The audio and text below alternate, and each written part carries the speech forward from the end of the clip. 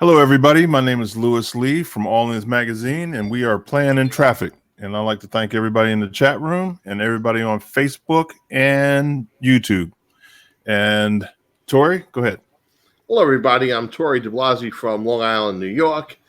And tonight we have our special guest, Sara Dakarmen, from the other side of the country. She's from California, and she owns a little Porsche place called LA Dismantler, where she specializes in anything and everything Porsche related.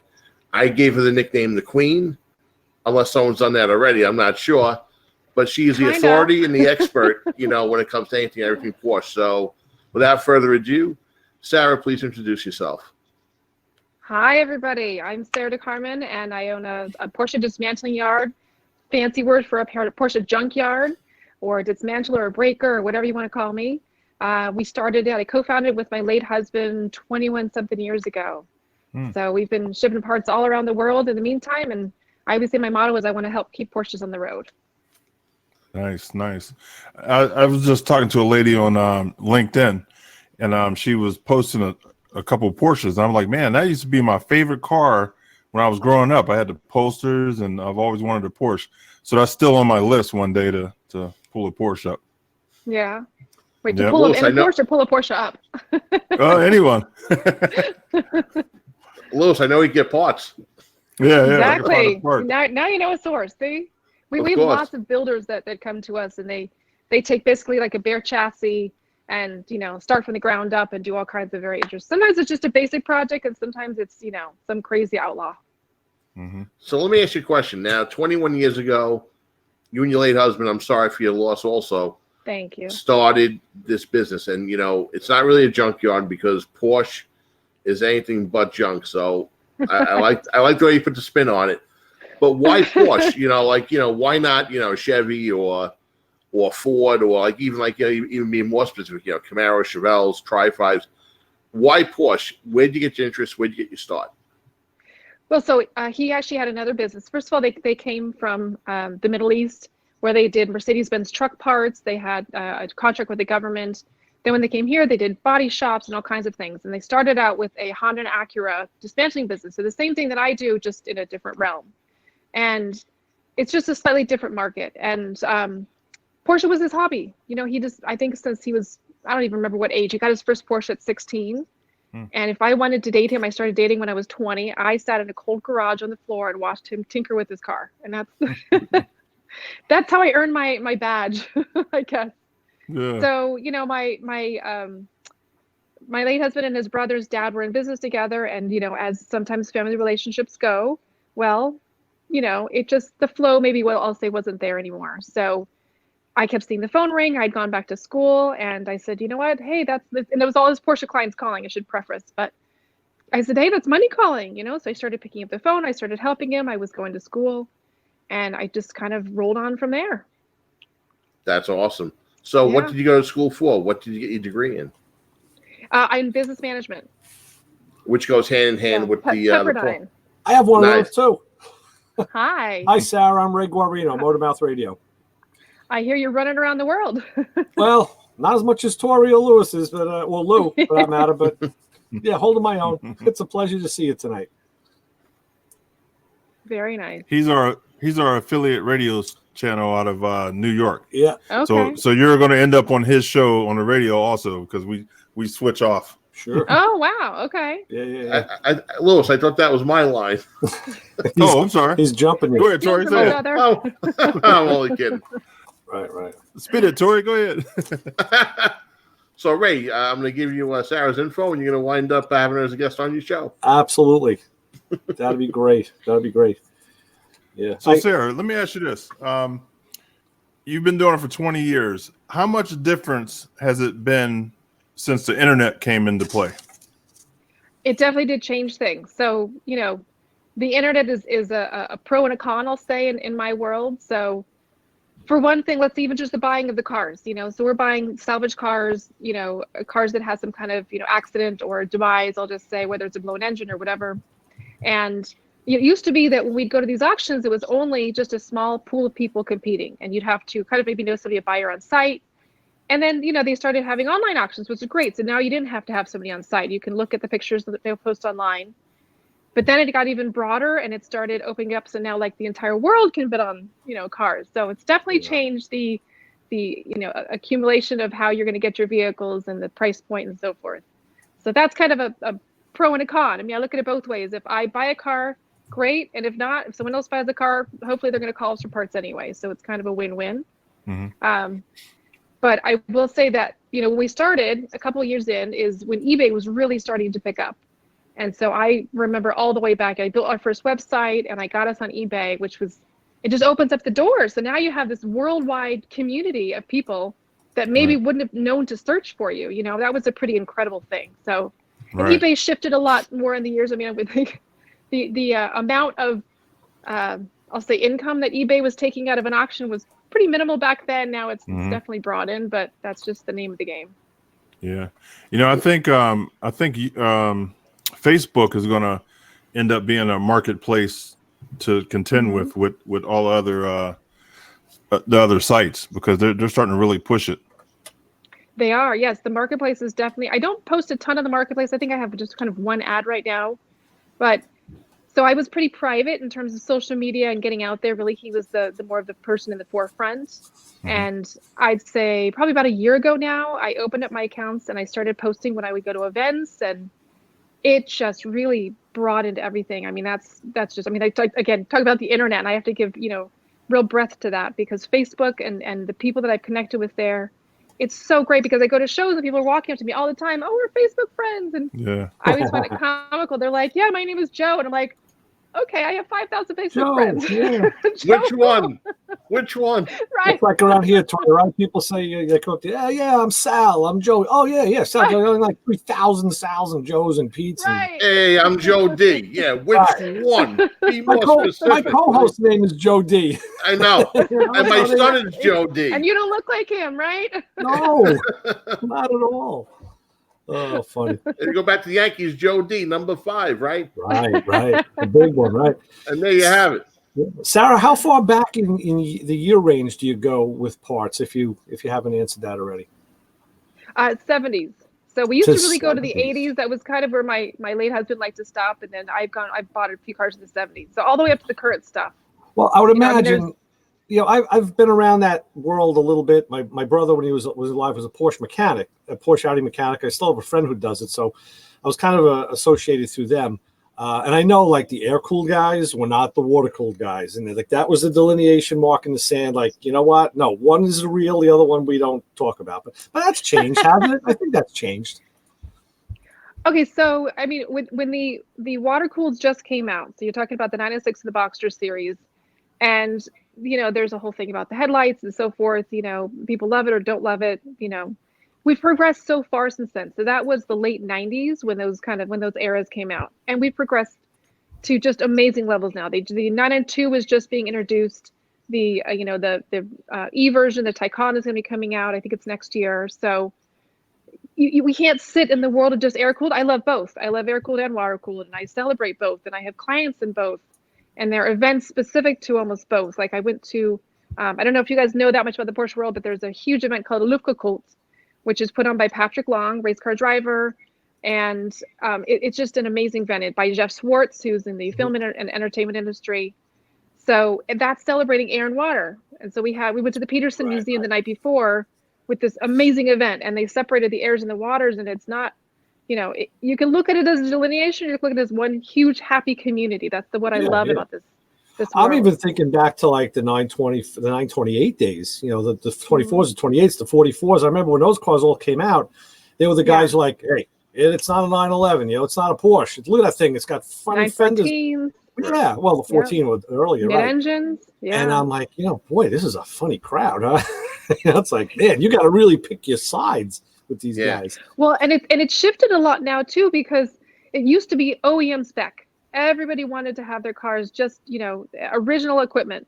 And then you've got this world that had kind of came into play where I'll attribute, so Rod Emery is a great friend. He does 356 Outlaws.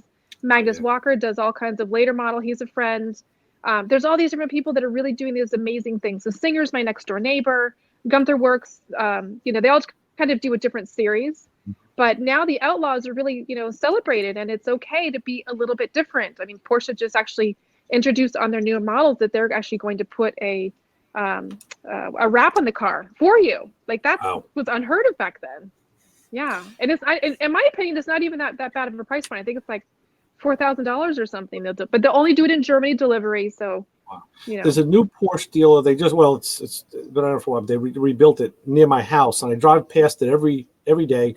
Jaguar dealer on the other side of the street, and I tell you, they have that lineup of cars in there, that pastel lineup that they have. That is just phenomenal. The Skittles, yes. Oh yeah, Skittles, exactly. The Skittles is kind of a big thing right now, right? We probably have Brian Matco Man in the chat room, who was also a Porsche mechanic for years. So he may chime in. I can't always see it too well. I can't always see to read it, but so you guys, Tori, may want to keep an eye on Brian. He may have some cool stuff to say. Oh yeah. So Sarah, can I ask you a quick question now? I'm a Chevy guy. So I'm really not sure. I'm trying to balance my camera. Yeah, that's okay. Uh-huh. So let's have a 57, 356 Speedster, for example, okay? And I need parts, and I give you a call. What advice could you give me on something like that? Is the aftermarket, the reproduction world for Porsche, set the same way as it is for GM, Ford, and Chrysler? What's available? What's out there? Who's making what? What are my options? Okay, so first of all, if you're asking about a 356, that's not my era.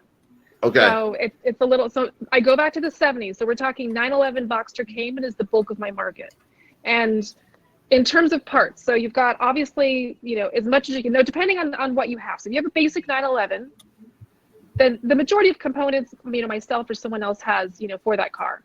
Maybe within a few variables of things that are commonly broken items that you just the originals are not around, and then you have to look at. Maybe some kind of aftermarket thing. Then you get into what is it that you want? So we just talked a minute ago about Outlaws. So if you want to keep your car to original OEM spec, then you're going to be based on, dismantlers taking it off the original cars. There's also Porsche Classic is making remanufacturing old parts. So they're going back, and they do go to the 356s. So Mark Wag, who's the owner of Porsche Classic, is a good friend. And he is doing really well. And you're talking a very high price point, but you're getting all the original parts remanufactured. Nice. And then you've got obviously the aftermarket world. So and that's a wide range of everything from engine components to interior components and so forth. There's people that make full interiors and all custom aftermarket and so forth. But depending on how purist you are, really kind of determines which avenue you're going to go. I was going to ask you, knowing how the crowd is, what do you think, or what do you see as a percentage between guys who have to have that NOS part that was sitting on a shelf in Stuttgart somewhere, or will take that reproduction part that, of course, is to the highest standard? Do you have any way of gauging that, or at least in your world?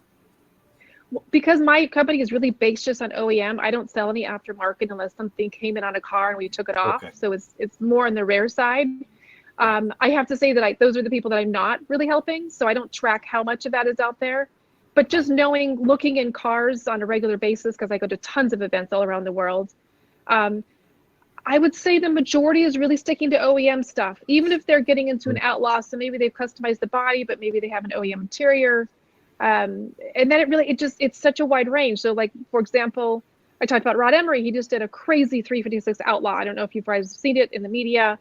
And he did a project with Momo. So it all started with a Momo wheel that he wanted to kind of incorporate into this body. And it was an incredible experience to see how that collaboration kind of existed. Yeah. Wow. What do you drive? Which day? If it's a different color per day, whatever it is, what's in your stable? So my stable is kind of ever changing, I'd say. So what I forget, there's some kind of saying that I know that I can't think of off the top of my head, but owning a shop, I put my project as kind of last priority, sadly. If the phone rings and a client wants a part, my team is there to celebrate the clients and make sure that their product's getting out. So I've got a GT3 sitting up on the racks that I haven't driven in a couple of years. I've got something called a speedball, which is my late husband's fascination, I'll say. So there was a whole write-up on it in Excellence Magazine. It's a 964 Speedster with a 993 Turbo S engine in it. It's got all kinds of bells and whistles and crazy stuff. Nice. I've got a roof bug. So I've got a VW bug that was a one-off tribute to Alois Roof, who's another friend. I don't know if you know him as a Porsche customizer. And what else? I've got Hummers. I mean, if I want to go kind of, big and bold and own the road. No Caymans or Cayennes or anything like that?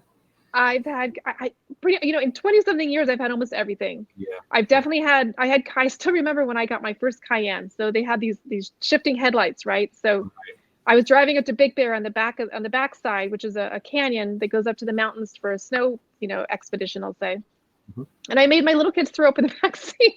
Really? I was so excited. These headlights were shifting and you could see so clearly when you're going around a turn. It was amazing. Right. That's cool. And my late husband was an exotic. So I've had Ferraris and Lamborghinis and McLarens and we had a Carrera GT. We had Cup cars. I mean, we had pretty much everything. And I'm driving a Fiat Spider today. That's like I feel exotic when I drive my Italian sports car. It's like 40 years old.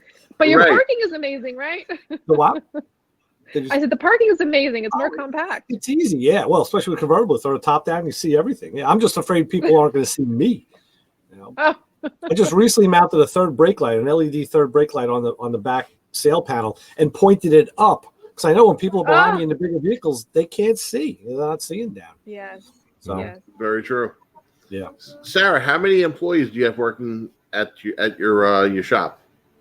We used to run about 15-ish. I think I have a couple shy right now, but I think the most we've ever had is 20. So we kind of have a small, streamlined, kind of group of people. That's a little happy family. Whoops. That's awesome. Do you offer a service where if I buy something, do you offer an installation service for customers also, or? We've definitely considered that. I mean, we run such a busy yard that it's pretty hard to kind of stop and start. So we love customers coming into the counter, but at the same time that it's, it's kind of a long part of our day. But I've definitely considered, and I actually was just linking into trying to figure out licensing. I mean, that's the wonderful thing about California is that we've got lots of regulations. Lots. High CPA for importing. We were talking about Proposition 65 last week and about why is it on the toothbrush that I just bought? Everything causes cancer now. Exactly. Yeah, right. Yeah. Everything. I know. I mean, even if you look at food products, I'm very into health, and I mean, almost everything has a Prop 65 warning on it. It's like, what is safe? I don't know.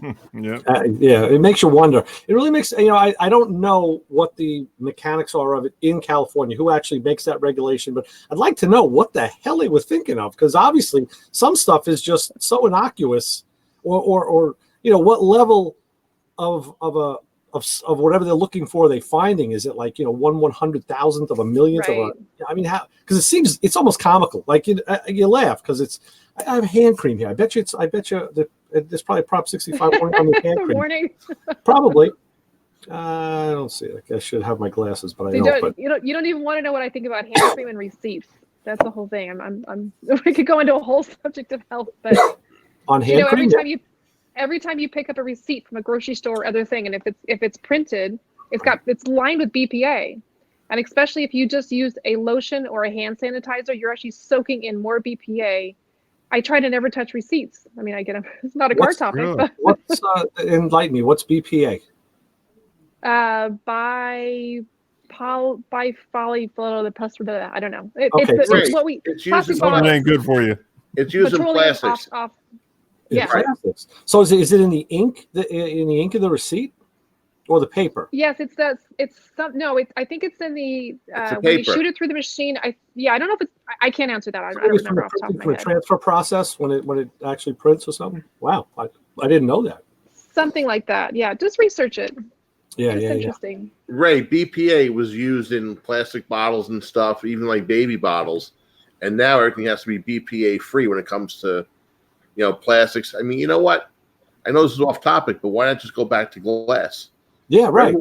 We used to send it back, right? Exactly. But it's heavy though. So imagine shipping all that glass from Asia or somewhere, when we're importing it. I mean, we used to have local. In my town, there were local dairies and they they Right. would Yeah. film them. They And then drop the it guys off would at your deliver them in door. the Dimco truck. I mean, we're going back to the 50s, but even up into the 70s, I remember we had the remnants out. Everybody had a milk box out front, and they get Right. no one used it anymore. But that's where they threw the newspaper, or you left the key in there, or whatever. But yeah, glasses. I don't know. That's a whole nother topic. But Ray, then remember the old seltzer bottles, the ones that you see in the cartoons where they're squirting everyone with them. Yes. We had the seltzer. We had seltzer delivered to the house, Sure. and we had milk in glass, containers. Right. And we got the Fox You Bet chocolate syrup, and we made egg creams out of the seltzer. That's right. Right. Well, Now- you're going way back. No, man. I was making egg creams in Well, the not 70s. that far back. Sarah, do you know what egg cream is? The great. Weren't you and I talking about this when we first chatted? An egg cream. We were talking Yeah. about an egg cream. You taught me all about an egg cream, which I didn't know, and it doesn't have egg in it, right? Isn't that what that thing? Exactly. Exactly. That's syrup and salsa. Yeah. Yeah. Yep. An So it's funny, inch so of syrup, a little bit of milk, and you hit it with the seltzer, and it all foams up and blends together, and it's wonderful. Yeah. Yeah. See, a lot of people I found, like we grew up with them. So, and I know people who I've told about it and had it for the first time in their lives as an adult, and they were like, "Oh, it's not what I thought it was." Like because it looks like a milkshake. So you were thinking like a milkshake. It's not a milkshake because it doesn't have ice cream in it or anything. Right. It's a thinner consistency because of the seltzer and the milk, but it's the flavor. You're going for the vanilla or the chocolate, and I don't know. How else could you explain it, Tori? It was kind of magical. I still need to find it like some kind of old school soda shop out here that makes this for me, because now I have to try this. Yeah, the soda shop, right? They had the soda counter, and that's where they did it. That's exactly. Yeah. There's a place in Williston Park, Ray, called Hildebrand's. I know it. Yes, I know the place. Jan's used to be around. They closed down in 2003. Right. But Hildebrand's probably the last one here in our area where it's a true old school, ice cream shop, milkshake shop. I mean, we get an egg cream or a sundae. They still make the ice cream in the basement, homemade, the way they did the turn of the last century. Mitchell's still does that as well. No Mitchell's, kidding. Yeah, there's a Mitchell's in Oceanside by Long Beach, and there's another one in Valley Stream. I wonder. They may. Yeah, it's kind of a lost thing. It kind of went away. But I hate that though. That and drive-ins, right? Drive-ins went away too. Oh yeah, yeah. We still have a couple in my area. Nice. We have 2. Oh, you have drive-ins? Oh, lucky you. Yep. Okay, how about drinking an egg cream at a drive-in? There you go. Combine the efforts. I got it. I'll meet you in Ohio. Ray, we'll take the ride. We'll bring the seltzer and the You Bet. Yeah. Come on Perfect. through. Do it I'll bring the my Hummer. It's all convertible. We can all sit in And we'll do it in my 65 Pontiac, and we'll say, "Yeah, Prop 65 app your nose." Ah. That's right. Prop 65. I like that. Yeah. Very cool. Oh, that's cool. So getting back on topic, I'm sorry. Go ahead. No, my brother's sitting next to me. It's funny. So we were talking about BPA, and he just briefly showed me an article on his phone that, BPA is in cars too. I mean, BPA it's part of our everyday life, and interiors have it. It's I don't know. It's an interesting new era. Back in the day, I think it was things were a little easier to kind of swallow. Maybe it's because we didn't know. Well, Right. Yeah. They say, well, it's ignorance. No, it's not ignorance if you don't know. It's ignorance if you know and you choose to ignore it. True. And we didn't know about a lot. But we talk about this all the time with the family, my wife and kids, and they say, we're just talking about that. There was a gun topic that came up, and we're all sensitive to that. I'm a gun owner, and I have, I did it legally, but I say, hey, we grew up playing with, cap guns, and I remember getting an AR-15 for like Christmas one year. It was plastic. It was made by Mattel. Oh my! I said, and none of I got a picture of my sister's holding a big Bowie knife, and my brother a rifle. It's like, we didn't go out and kill anybody. I said, it's definitely there's something more going on than they're starting to kind of come around to it now. I think some of the politicians are starting to come around. Mental. There's definitely a mental component, and I'm a big proponent of video games being a big factor. Oh, I agree. I got a story for that too. I mean, you're absolutely right. I have a personal story about that. So I felt it. I mean, again, we talk about what we did as kids. Like we're all none of us turned out bad, that bad. You did it when you're here now. Not all of it. Right. Exactly. Yeah. I mean, You didn't shoot your eye out. No, I mean, listen, accidents happen. That's only on TV. I did a lot of stupid stuff that I shouldn't be here to talk about. Let's face it, we did. We all did. But Yeah. well, I'm talking about using that as a mechanism to go to something nefarious or something that's bad. We didn't do that. It had a time and a place, and you knew. That's just a game. Do you remember when they said that Saturday morning cartoons were violent? Yes. Well, they had nothing on this era. Exactly. No one got killed in a cartoon. They got flattened out. That's right. After a few seconds, they pop came back right. up. Exactly. Yeah. Roadrunner, Anvil saves Acme safe. Acme, the Acme company. Now, of course, you watch that now and you say, "Oh my God, look what's going on." You can see it through an adult set of eyes. But as a kid, I don't remember that phasing me at all. It was like I didn't think I could drop a safe on somebody. That's right. I really didn't. You knew it was TV. Blunderbuss up to Daffy Duck's. Like the blunderbuss can spin his bill around. I didn't think about putting a gun to somebody's head just to see, if their hat would spin. There was I guess we had a social disconnect. We knew, but we had common. Although I will say that, but the reality is a little bit different because then it was cartoonish, so it didn't seem as realistic, And I'm not a video game player, so I can't really speak to that, but things are so realistic now. Even though it's kind of a cartoonish figure, it really feels real, and you're talking and discussing these things, and it's almost like mass Sarah, happening versus.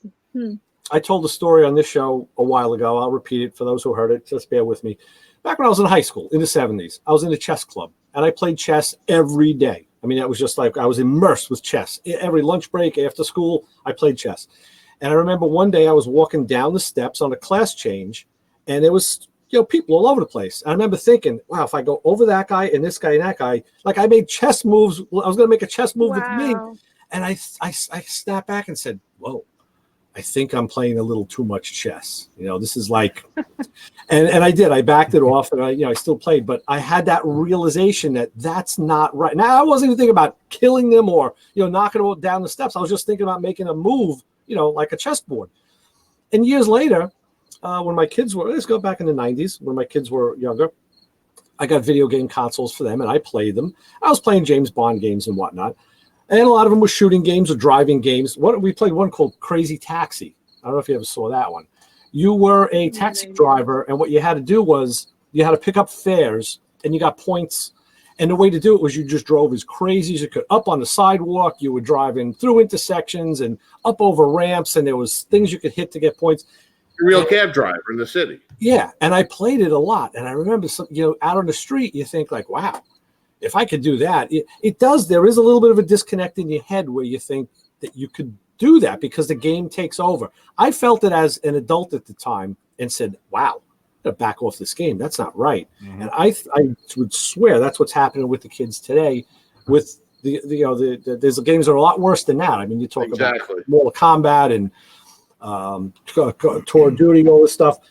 The shooting games are a lot of fun. I played them. I did play them on the consoles, but I never had that thought to go out and try it in a mall. And apparently some people do. And I think they have to address that. They really, I know it's a big market. There's a lot of money in it, but I really think there's something to be, you want to do some research there because kids at young ages are being exposed to this stuff. And I think it makes them numb to it, It does. It makes it very normal, normalizes it. Yeah.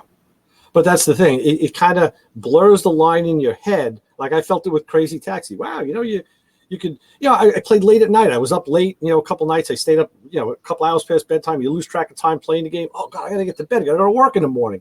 And then you're driving to work and your mind thinks like, wow, if I could go up on the side and go around, you're making a Crazy Taxi move. And I never did it, but I did have that thought in my head. Like, wow, if I could go around just like playing, just like chess in the hall. And again, I backed it off. I think there's addictive personalities and not addictive personalities. I'm blessed not to have an addictive personality with anything. If I was drinking a little too much, hey, if I able to cut that back, I do it. And I realize there are people who don't have that ability, and that's where I think whether it's coffee or smoking or drugs or whatever it is, exactly. And I think that all kind of ties in somehow. I think that's where the research should be put, because I think that's where the answer lies to a lot of these problems. I mean, I also believe that upbringing really helps. They say nature nurture. So you've got kind of 50% of you is somewhat already developed, and some of it is really depends on, what your family life is like and what you're exposed to and what you're experiencing. And okay, we're totally getting off car topic. Oh, I know. Well, yeah, we do. But it's interesting. Yeah. You haven't been here before. I mean, you even talk about things. I mean, we could even tie this back into, society. So you're talking about car taxi. What about road rage? Right. Or even these crazy instances, like let's say a Cars and Coffee that's existing for a long time, and all of a sudden you've got some guy that's peeling out for no reason, then maybe causing havoc or hurting something. Like, are you kidding? So now you've taken something that was this beautiful portion of the community and now spun it into a whole different really negative direction. And it makes me really sad when I see things like that. Yeah, we've all seen that. That's not right. Well, we'll divert a little bit. Vince sent me a question to ask you. He wants to know if you eat your fries natural or animal style, whatever the hell that means. Wait, what is my if fries? You eat your French fries natural or animal style. I'm just repeating what he asked. I don't know. I was never asked that before. I'd like an explanation on that if I could, because I don't know what that means.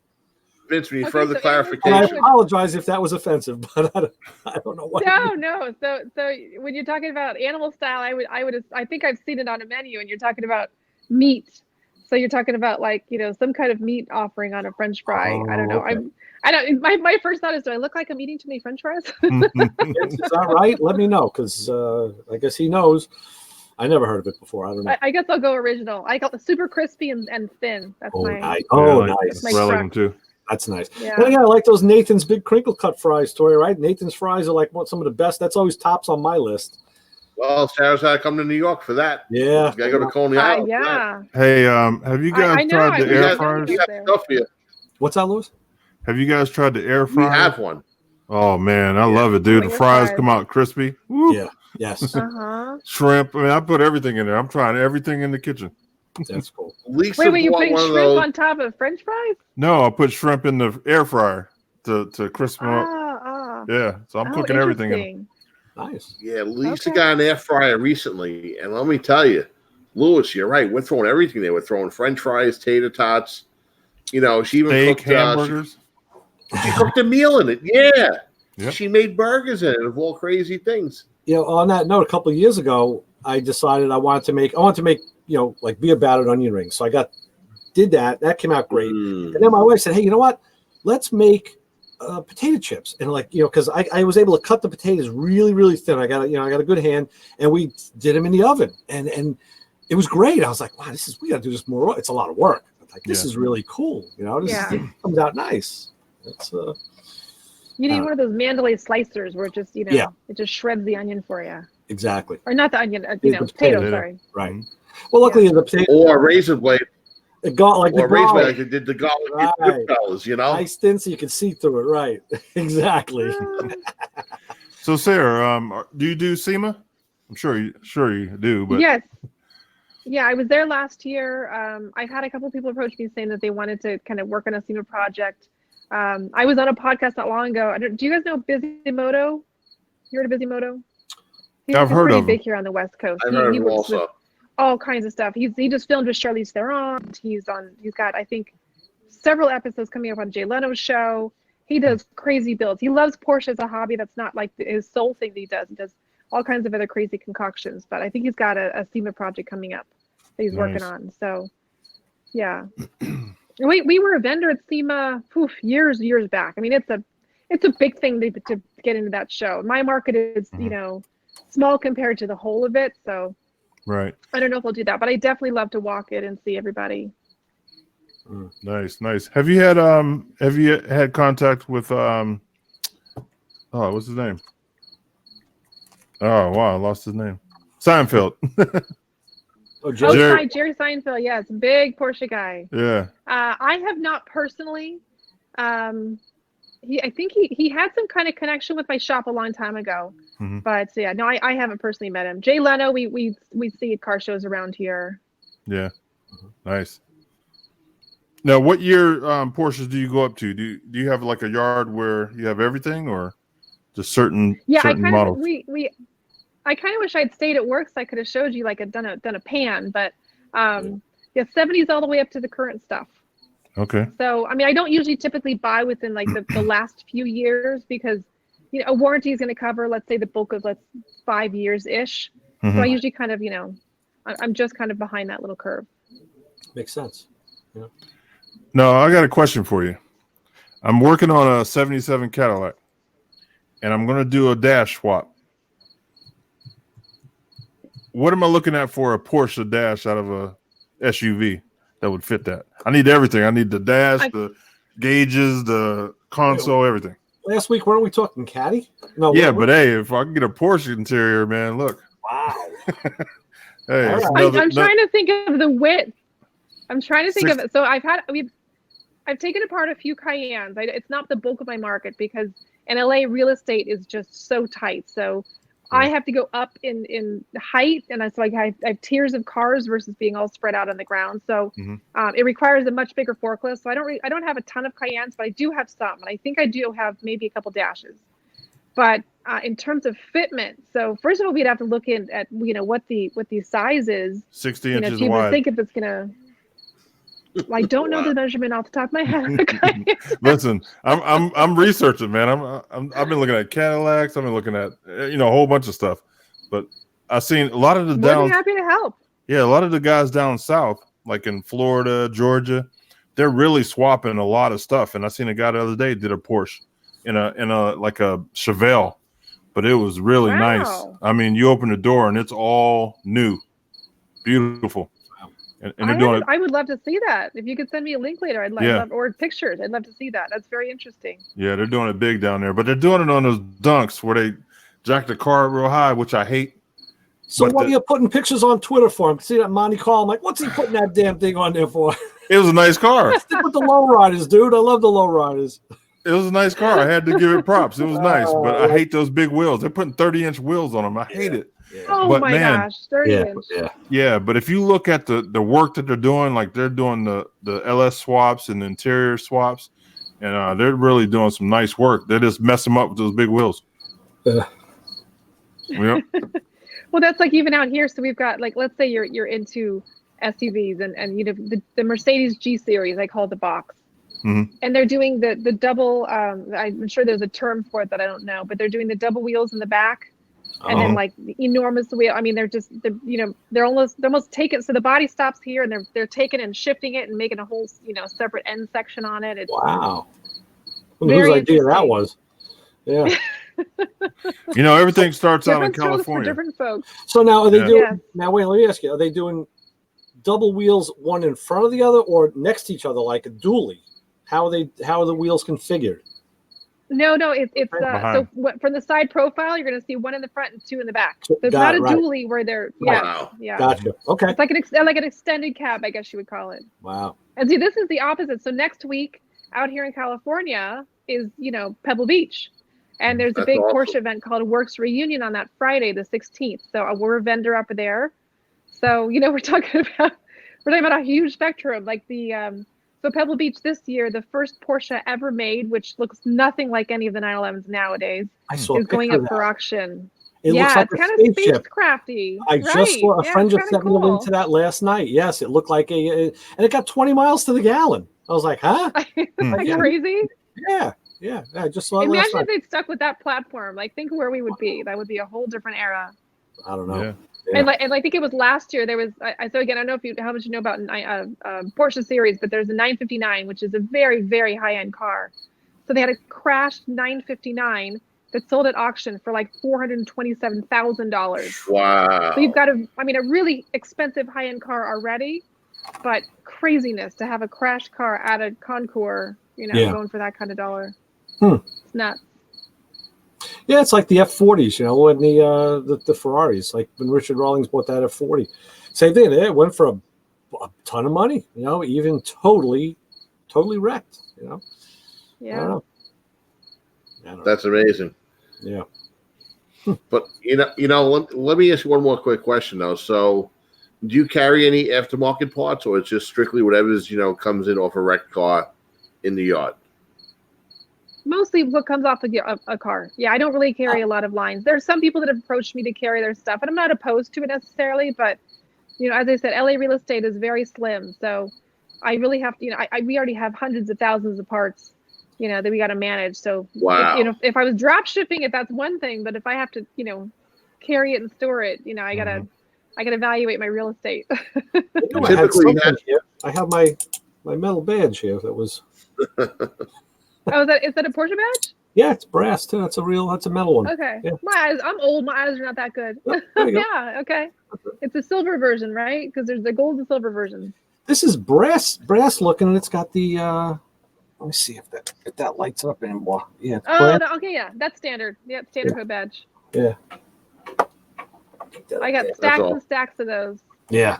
My late husband had a thing he wanted to do. He wanted to take the hood badge off of every single car that he ever dismantled to make a wall of them. Yeah, I'm not that sentimental. Right. I started selling them. Yeah. Turn them into money, turn them into green. That's the way to do it. Absolutely. Yeah. Exactly. Yeah. Sarah, typically some people come and buy them. Yes. No, go ahead. They put them on golf carts and they put them on all kinds of. This is the Porsche community. They're kind of nutty. Yeah. That's okay. Typically, how many cars do you have in the yard at any given time? Hundreds. Everywhere from things that have been, almost stripped to ready to kind of get out the door and, either be sold as just a bare shell that somebody wants to build or, go to the crusher, all the way up to stuff that just came in that's, kind of fresh off the lot, which is some kind of, major or minor damage. Sometimes it's a perfect car, but the engine blew, all kinds of scenarios. Sometimes it's a fire job. Do the insurance companies let the body shops use used parts, or do they have to get new stuff in California? They definitely want to try to use used first. Okay. So that's kind of a shift in our industry as well, that the insurance companies will start getting quotes from dismantling yards. Mm-hmm. I mean, it's been a long time that's been in existence, but yeah, they're definitely seeing that a quality used part is just as good as a new part. Sure. Good. Ray, we were just talking about that on the phone a little while ago. I mean, if I bring my car to a restoration shop or a body shop or wherever, and I have a choice between a good, used, rust-free, honest, original part compared to an aftermarket part, well, you gotta go use the original all the time. I see it all the time. The shop that I work at is an adjunct of a body shop, and I've seen guys they'll get the aftermarket, or they'll come in, they'll have an aftermarket hood or a door, and the guys have to do so much work to make that get it work. And a lot of times they say, what, take this off. We'll take the hit. Just let's get a an OEM part, even if it's a used one. Yeah, well, I'm gonna tell you a good one. When I was hauling cars, a guy here, a local auto body guy, sent me to Boston to pick up a car. He goes, "This is a half a car. I need parts off it." So I go down there, and when he said a half a car, it was from the hood to the trunk half of the car. Like it was like a half. It was the middle, yeah. And I was like, the middle half?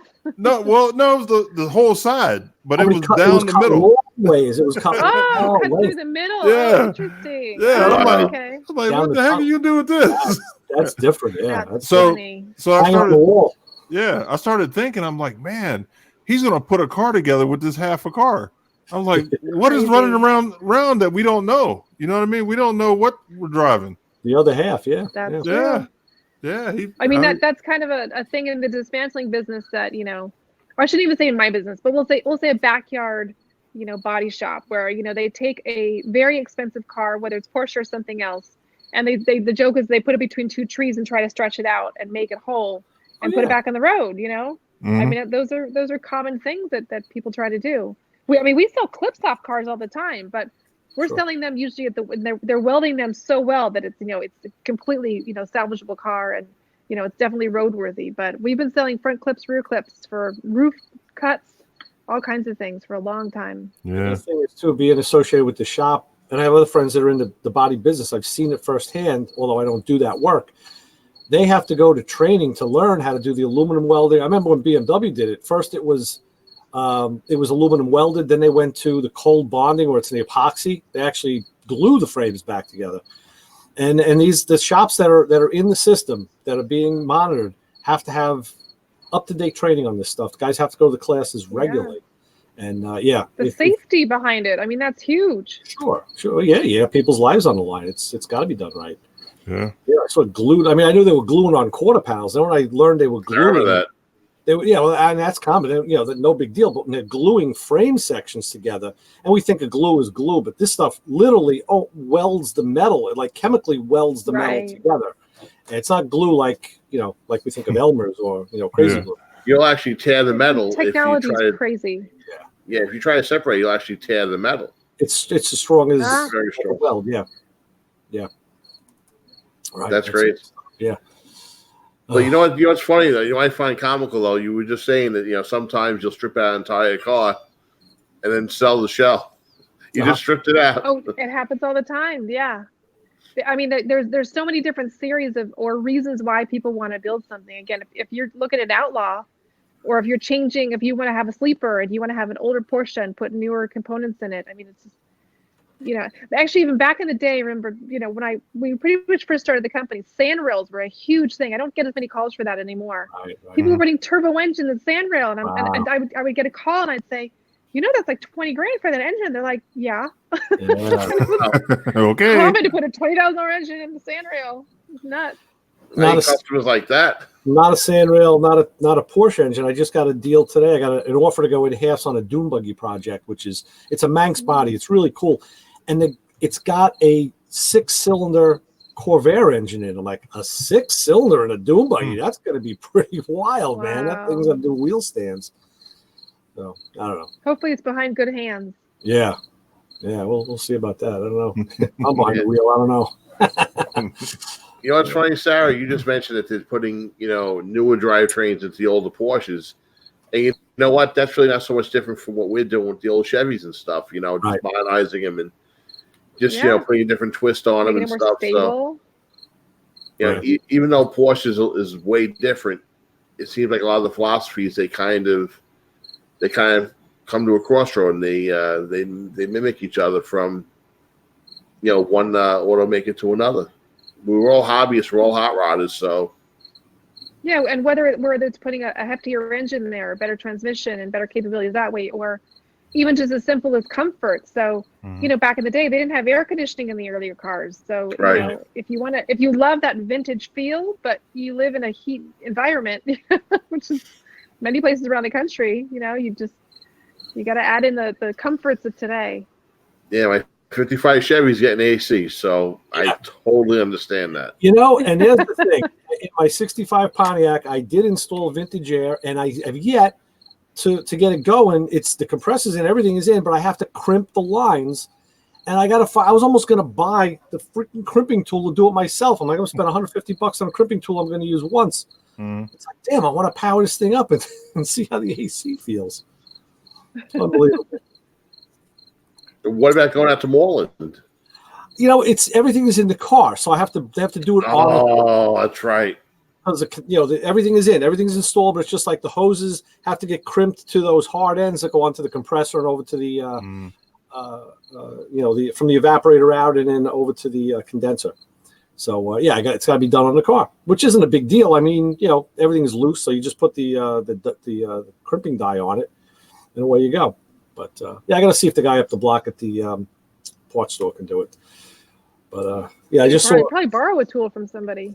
It's kind of a specialty tool because it's only for doing AC lines. So you need a place that and I don't know. It's like they're not going to rent that at AutoZone, So it's not going to be one of those free tools they loan you. Exactly. No. Yeah. But like I said, I watched this place on Instagram. It's Tool Truck Rebrands. And what the guy will do is he'll show you a tool that was, from one of the major suppliers, and then he'll show you who makes it and where to get it cheaper. Like who the root manufacturer is. And that was it. He showed a lot of the I forget who was selling it, and there's a markup on it, so that's to be expected. But I think the retail price was probably close to $2 high 200s. And then he said, if you go to the manufacturer, whoever it was, I don't remember, it was only like 148. So, but again, do I want to spend $150 and use it once? I don't know. Yeah, no, not really. Not going to be in the AC. My late husband was so into tools. He was a Snap-on fanatic. And the Snap-on truck, I think every time I would drive to the top, the guy was there unloading something. He's got tool cabinets beyond tool cabinets beyond tool cabinets. Crazy.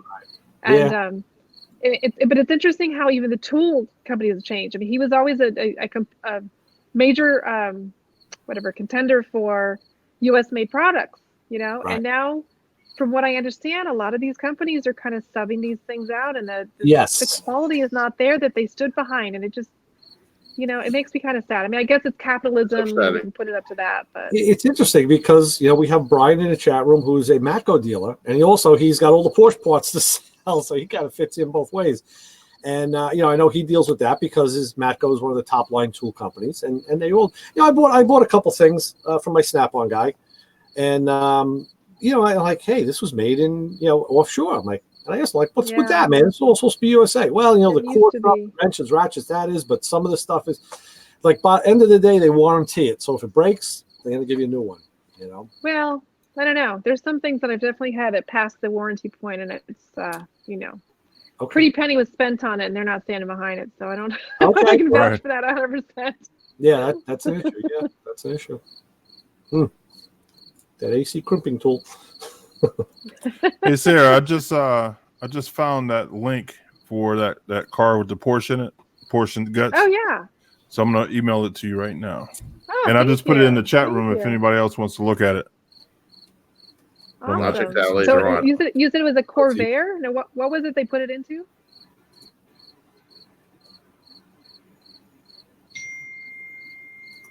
Everybody digging. I think Lewis froze actually. I think he was saying that they put the Porsche interior into a Chevelle. Oh, Chevelle, that's what it was. Okay. Let's see, I Yes. just pull up. It's a blue car, stitched by Slick Porsche dash swap, 72 Impala. Wow. Oh, okay. Molded door frames, molded door panels, custom seats, custom console. Yeah, oh yeah. This is gorgeous. This is the top quality. Yeah, all the switch gear, everything is Porsche. Beautiful. All right, let Wow. me take a look real quick. Pan America seats, absolutely gorgeous. Oh, Panamera. Wow. Okay. Is the whole interior Panamera? I don't know. I guess he probably used the speakers and the doors are probably out of that vehicle. The problem is this guy did it with the camera. He's moving so fast. It's like, slow down, dude. Like, give me a chance to look. It is gorgeous. Yeah, if you follow that link, you'll see it. It's Right. That's a nice car. It's gorgeous. Yeah, it's top shelf. Wow. Top shelf. Yeah, that's a question that comes up, and I know it's always a question that's contention. Do you say Porsche or Porsche? So it's someone's last name, and definitely, even in Germany, if you say Porsche, there's a different kind of intonation of the voice that they use. But I forgot, there was some kind of saying. Someone had told me once, like, if you don't have a Porsche, you say Porsche. And if you have a Porsche, you say Porsche. But Okay. don't quote me on that one. So it goes both ways. Okay. Yeah, because I've always wondered about that too. I don't know. I've been calling it Porsche for years. Yeah, Right. that's my standard point of reference. Okay. So now I learned something. 'Cause I always just call it Porsche. I had to change Yeah. my ways. Well, So people know what you're talking about, so it's not like you're out of left field. And I can say, Right. "Huh, what'd you say?" exactly. Yeah, I was They get thinking the about gist. something. Yeah, I was thinking about something before. You were talking about how some people will take a Porsche, and I hope the enunciation was correct. I wonder why they would want to modify it or change up. I mean, they're just such high-end cars. I mean, I can see making them faster. Handling-wise, I don't know if there's an upgrade kit to make a Porsche actually handle better. Like, you have places like, Hotchkiss, and, you have Chris Alston, and, UMI and BMR and, QA1, places like that. But what options do you really have in the Porsche world where, you could really make it? I mean, the car is beyond reproach as it is.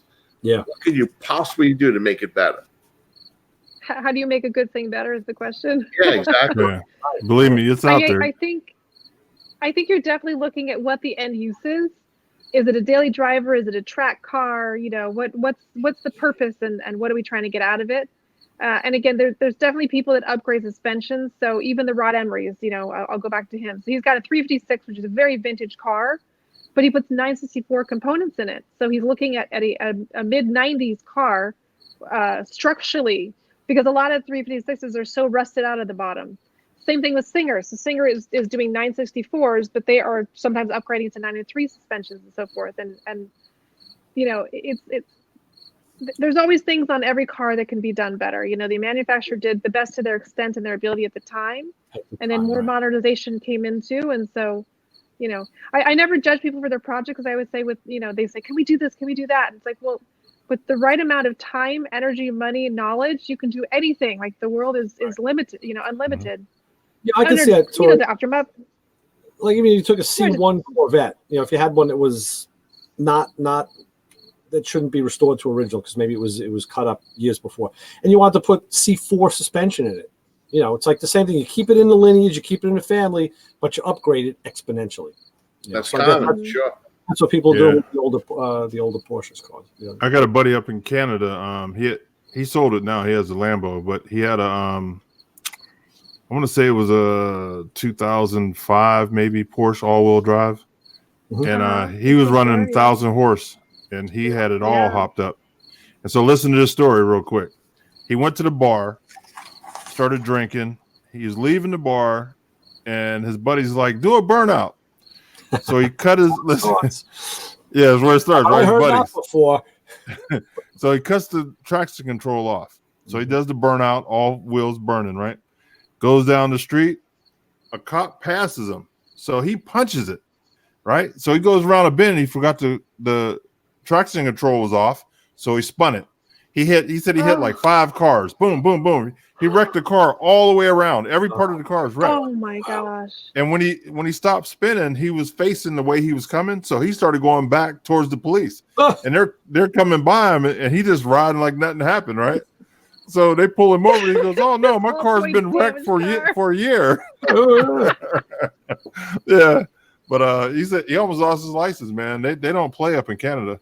Yeah, right. Yep. He paid big bucks. I don't think they play anywhere with that. Right. Yeah, right. But anyway, this car was really hopped up, man. It was a really nice car. And one of his buddies bought it and redid everything. It came out really nice.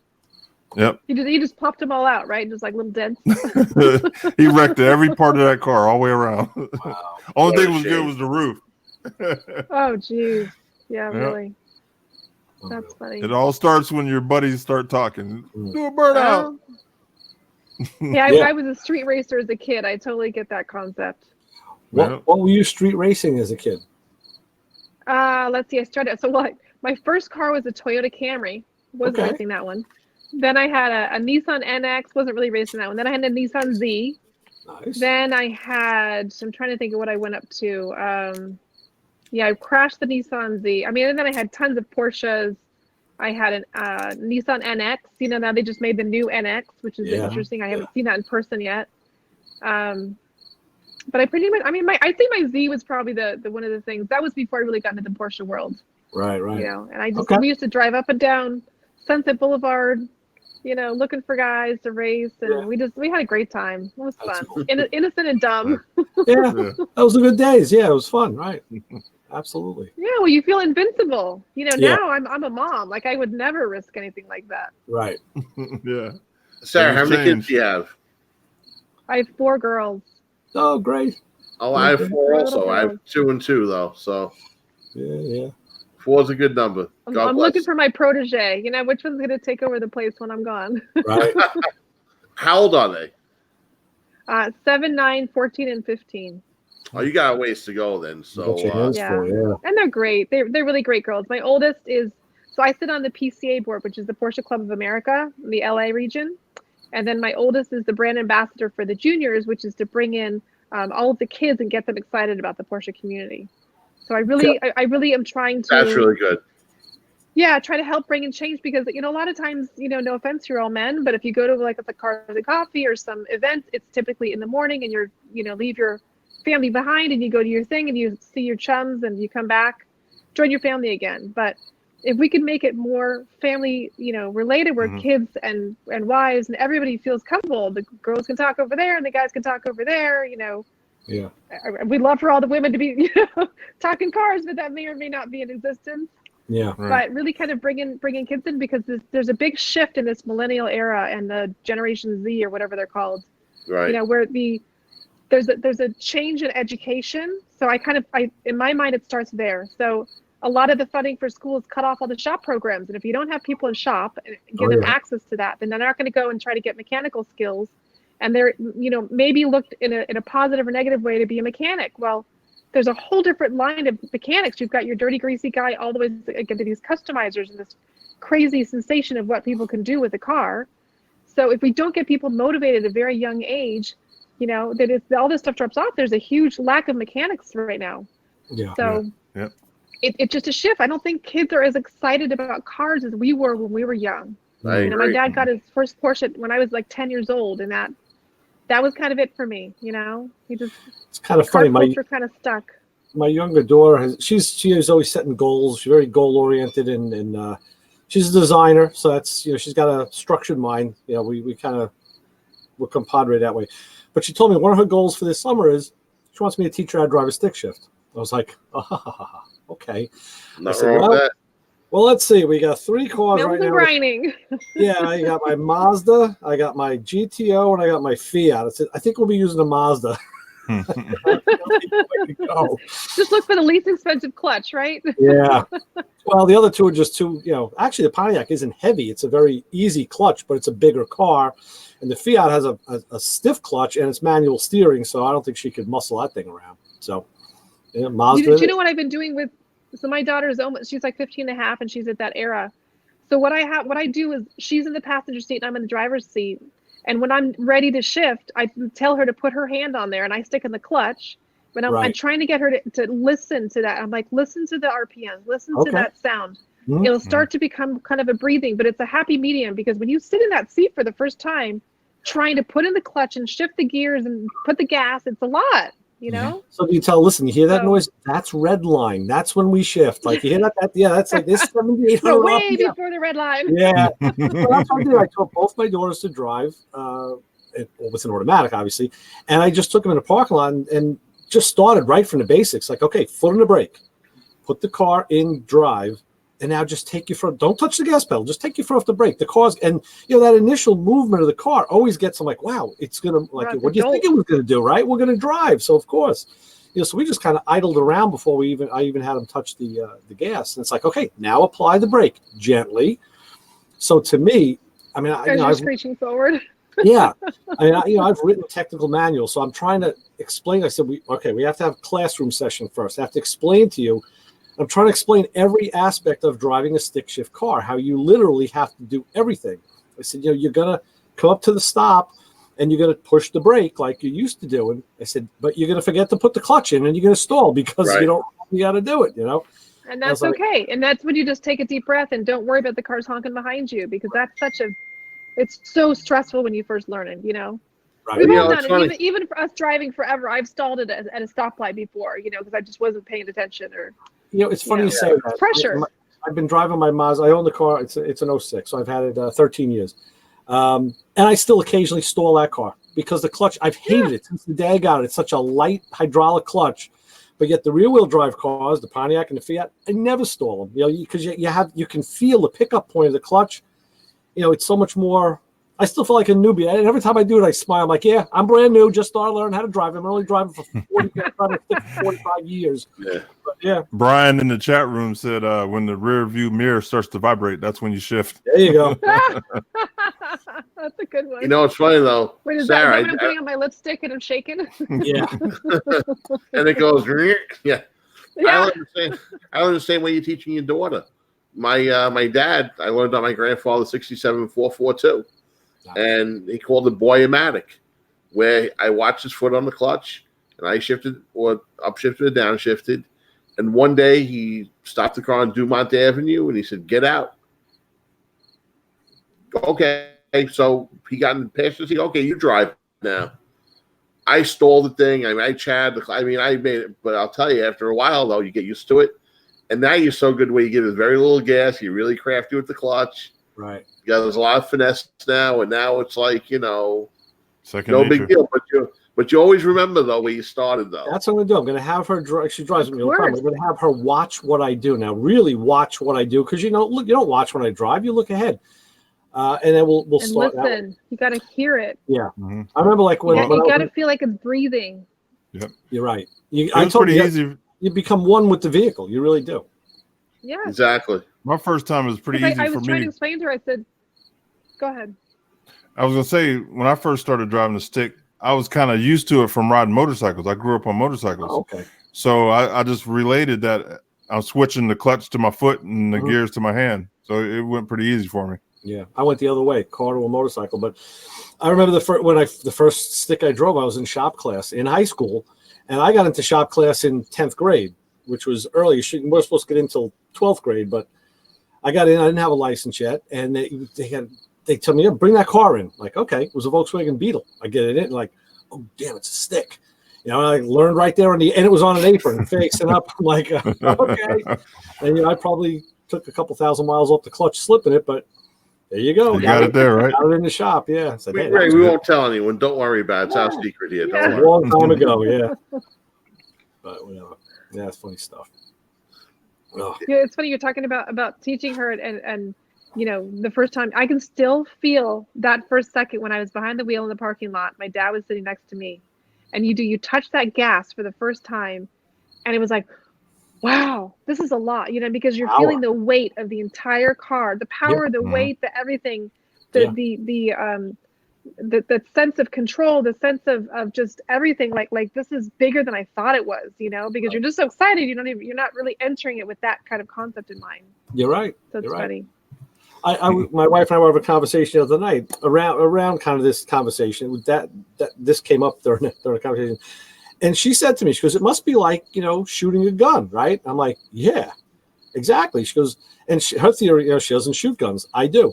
She goes, I always thought it was a guy thing, but it's like, it's got to be like a power. You have a power. I'm like, yeah, you have an immense power in your hand, and it's pretty cool. And you have to know how to respect it. You have to know how to deal with it. It's just like driving a high horsepower car, or really any car. You have to have, well, most people don't have respect for the regular cars. You have to respect that machine, and you have to know you have something in your control that can do a lot of damage, and you have to, you got to be in the right frame of mind. Yeah. But I got a pretty cool stick shift story. I think you'll get a kick out of this. My friend Mike at the time owned an 84 Z28, and most of them were automatics. He had a 5-speed. Right. I knew how to drive stick. I made like I didn't know how to drive stick. First stop sign, what do you think happened? Yeah. I said, beginner's luck. I don't know what to tell you. Right. Oh, that's something. Wow. We lost Sarah. I wonder if a battery went bad I wonder, on a phone, because it was kind of it just kind of dropped out. sudden. Yeah, exactly. Great guest. I had a really good time talking with her. She was awesome. She was. I didn't expect it to be this light in the area. It was very, very pleasurable. She's a great guest. And I learned a lot also, too. I mean, it's not, I know it's a Chevy world we live in, or a GM world, but, there's other things out there, especially on the other continent, too, across the pond. I mean, there's a lot of great cars over there, too, but, a lot of our cars are over there, too. Oh, yeah. I hauled a lot of cars to the ports. A friend of mine, one of my friends sends me a link every year. There's this car show in Estonia. I'm not even sure where Estonia is. But let me tell you something. It's all of our cars. It's muscle cars. There's Rivieras. You name it. It's over there. And they drop them. They muscle car them. They hot rod them. And it's like, oh my God. It looks like it could be a national event here. And there's like thousands of them. Damn. Yeah, Sweden's big. They love the American cars in Sweden. Home of the long bike, man. They adopted the long bike, the chopper thing, a few years ago, and crazy. And they pay crazy money to import parts too. They really do. They'll pay up. Guys here on nickel and dime, they don't want to pay jack shit, but over there they will pay up. China is doing lowriders. They're all over. Okay. Well, they're shorter too, so they can't get in the big cars. So they can't climb in the big trucks. Right? Okay, I'm back. Hey, Sarah. My AirPod battery is going out, so I went to get a new one. Yeah. I kind of figured I was just. We're gonna have a fresh reload. When you dropped off, I told Ray a quick story. A good friend of mine, when I was growing up, had an 84 Z28. It was a 5-speed car. And he said, let me show you how to drive stick. I was like, yeah, that'd be great. I'd love to have to learn. But I already knew how to drive stick. So, it was pretty fun. Roasting his tires every stop sign I rolled up to. So, the good old days, right? Pull his chain a little. Oh, I sure yeah. a lot. Well, hey, I got to tell you my 12-year-old story. When I was 12, I went skating every Saturday. So my buddy, he was older. He was driving, and he goes, "Hey, I got this girl. I want to make out with her in the back seat. Will you drive us home?" Oh boy. Sure. I'm 12 years old. I never drove anything. At 12 years old, he's telling you to drive the car? Yeah. Oh my I God. made it home. I made it home though because I paid attention to my parents. You know what I mean when they were driving. Were they knocking teeth in the back? No, I drove it pretty good, right? So I got them home. I got them home safe. What kind of car was it, Louis? Crazy. It was a Le Mans. It was See, Pontiac always get you home. it was probably an 80 Le Mans. Yep. All right. I have a picture of me when I was, I think, 3, and we had a Chevy wagon. You know, I had 3 in the tree, and I used to always play in the car. Even as a little kid, I was playing in the cars. That's just what I picture me in a diaper. Maybe I wasn't 3. Maybe I was younger, I guess. I don't think I developed that late. But I remember I knocked the car. I pulled the shifter out of gear, and the car rolled out of the driveway slowly right into the street. Yeah, we lived in suburbia, but there was cars that came down the block eventually, and there was honking of horns, and the neighbor ran out, got my mom, and she didn't drive, so she couldn't move the car. So the neighbor had to get in and put the car back into. So like I was, pulling cars out of the driveway when I was like in single digits. I was like, okay, That's great. But it's a safe environment. It's a great way to learn. Yeah. When Probably some of the best drivers are like valet parkers. I mean, imagine you got to be instantaneous and get that thing in and out, and you know what happened? You're gonna be a new car every 5 minutes. Like, it's crazy. funny you say that because I was working at Villa Russo on New Year's Eve. They stuck me in the lot. I was a bartender, I was a maitre d', I was a waiter, and we still want to park cars. So they stuck me there. I'm like, you gotta be kidding me, So on New Year's Eve, some guy in a Volkswagen comes in. He goes, "Yeah, I drive stick." I'm like, "Yeah, I got it." So I parked the car. Now he comes back at the end of the night. He wants his car back. I can't find reverse on this thing. Oh yeah. I'm like, you gotta be kidding. No. So then, I learned that you need to, go to first gear, push all the way down, and that's where reverse was hiding. Thank God there's a manual in the glove box because there was no internet back then. But I learned. I'll never forget that. That's funny. A good friend of mine used to work at Embers in Bay Ridge. Big Italian neighborhood, Embers. And those guys were like vicious car parkers. So like, everything was getting drag raced up and down. I guess that wasn't, it's by the Verrazano Bridge. I forget which street that was on. But anyway, he would tell me, it was a lot of locals down there, a lot of cuisines. And he said, if the guy came in, he goes, if the guy gave me a tip first, we take care of the car. And it had to be like at least $5 or more. He goes, if he didn't, he goes, that was it. It's like, who's the new kid? You want to take his car that's got a stick, learn how to drive it. Like, oh my God. They were vicious. You got to give him the 20 up front, not at the tail end, right? Exactly. Mm-hmm. He said if they paid up front, it was decent. We put it right up front, no problem. Sorry, your car will be fine. If not, all bets are off. Why is my car clunking every time I upshift? Yeah, right. What happened? Why is the car still warm? I've been in there for 3 hours. Got under the light. Yeah. My gas tank just dropped a quarter tank. What happened? Yeah, vicious. Oh. Well, it's funny you mentioned that too, because every time I took my grandfather's car out to Cross Bay Boulevard, I made sure I filled it up with fuel because it starts out with that's a big tank. one. Oh yeah, I didn't want Dad finding out. Just in the norm, like if you're going to borrow a car from somebody, you got to put some gas back in it. Yeah. It's just common courtesy. Well, you know what happened though? It was, remember the ad campaign, "This Ain't Your Father's Oldsmobile"? Yeah. Mm-hmm. Except they didn't think, a 442. I mean, no one knew what it was, but it ate up IROCs, it ate up Mustang GTs. I mean, Monte Carlo Super Sports. I mean, and no one knew what this car was, But that was a lot of fun. You hit him, element of surprise, Sure. and fill the tank up so you didn't get caught. Right. Clean the rubber off the So quarter I have a panel. question for you guys. So if you guys could all get your dream car, no budget, totally unlimited, but you could have one dream car for the rest of your life, what would it be? Ooh. 55 Chevy Nomad. That's definitely, that's a good one. Right off the bat. I love my Pontiac, but it's got to be a resto mod like it is now. I wouldn't want a stock one. Yeah, I mean, you're talking about all the exotics and geez. Yeah, see, I like too many cars. I can't pick just one. I drove an Audi A8 the other day, like a couple weeks ago. And I fell in love with that thing. Giant brakes. It's like, rocks. Like, I like this. and then I had to work on it. I was like, oh well, maybe I don't like it so much anymore. Let me clarify though. It will be a resto mod. I agree with Ray. It's going to be supercharged. It's going to be totally. Yeah. It's going to be lowered. It's going to be bad to the bone. So yeah, 55. Okay. You know, Chevy Nomad. You know, resto mod. I might, venture into one of the things I've been, like I said, Tori, I've been old magazine ads. I might venture into like a motion Corvette. There's a motion ads out of the paper. Nice. So the company we had out here, Sara, on the East Coast that built. Joel Rosen. Second day Corvettes. They just took out the 396, everything out of 427 or 454. They really hot rodded them back in the 70s. So okay. Joel Rosen had the guarantee. You want to elaborate on that, Ray? You could, if you bought a just a phase 1 car, not even a phase 2, they guaranteed the car would go 11.5 at a sanctioned NHRA track with. Now there was a caveat for the driver. Didn't have to be. I know they would do it with their driver. I don't know if they said there was a caveat about the driver, but yeah, it would go 11.5s, and they would back it up. If it didn't, they would take it back. Yeah, is that crazy? It wasn't a race car. It was actually a street car that was, with full 11 yards. That was quick.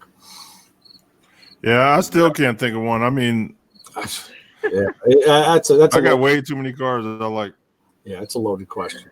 I'm not prejudiced. I'll drive a Chevette all the way up to I drive a lot of Rolls-Royce. shop, and I was driving a '79 Trans Am today. I was like, wow, 39,000 miles. The car was like a time capsule. I'm like, this is pretty cool. Like, I like that. Takes me right back to the day.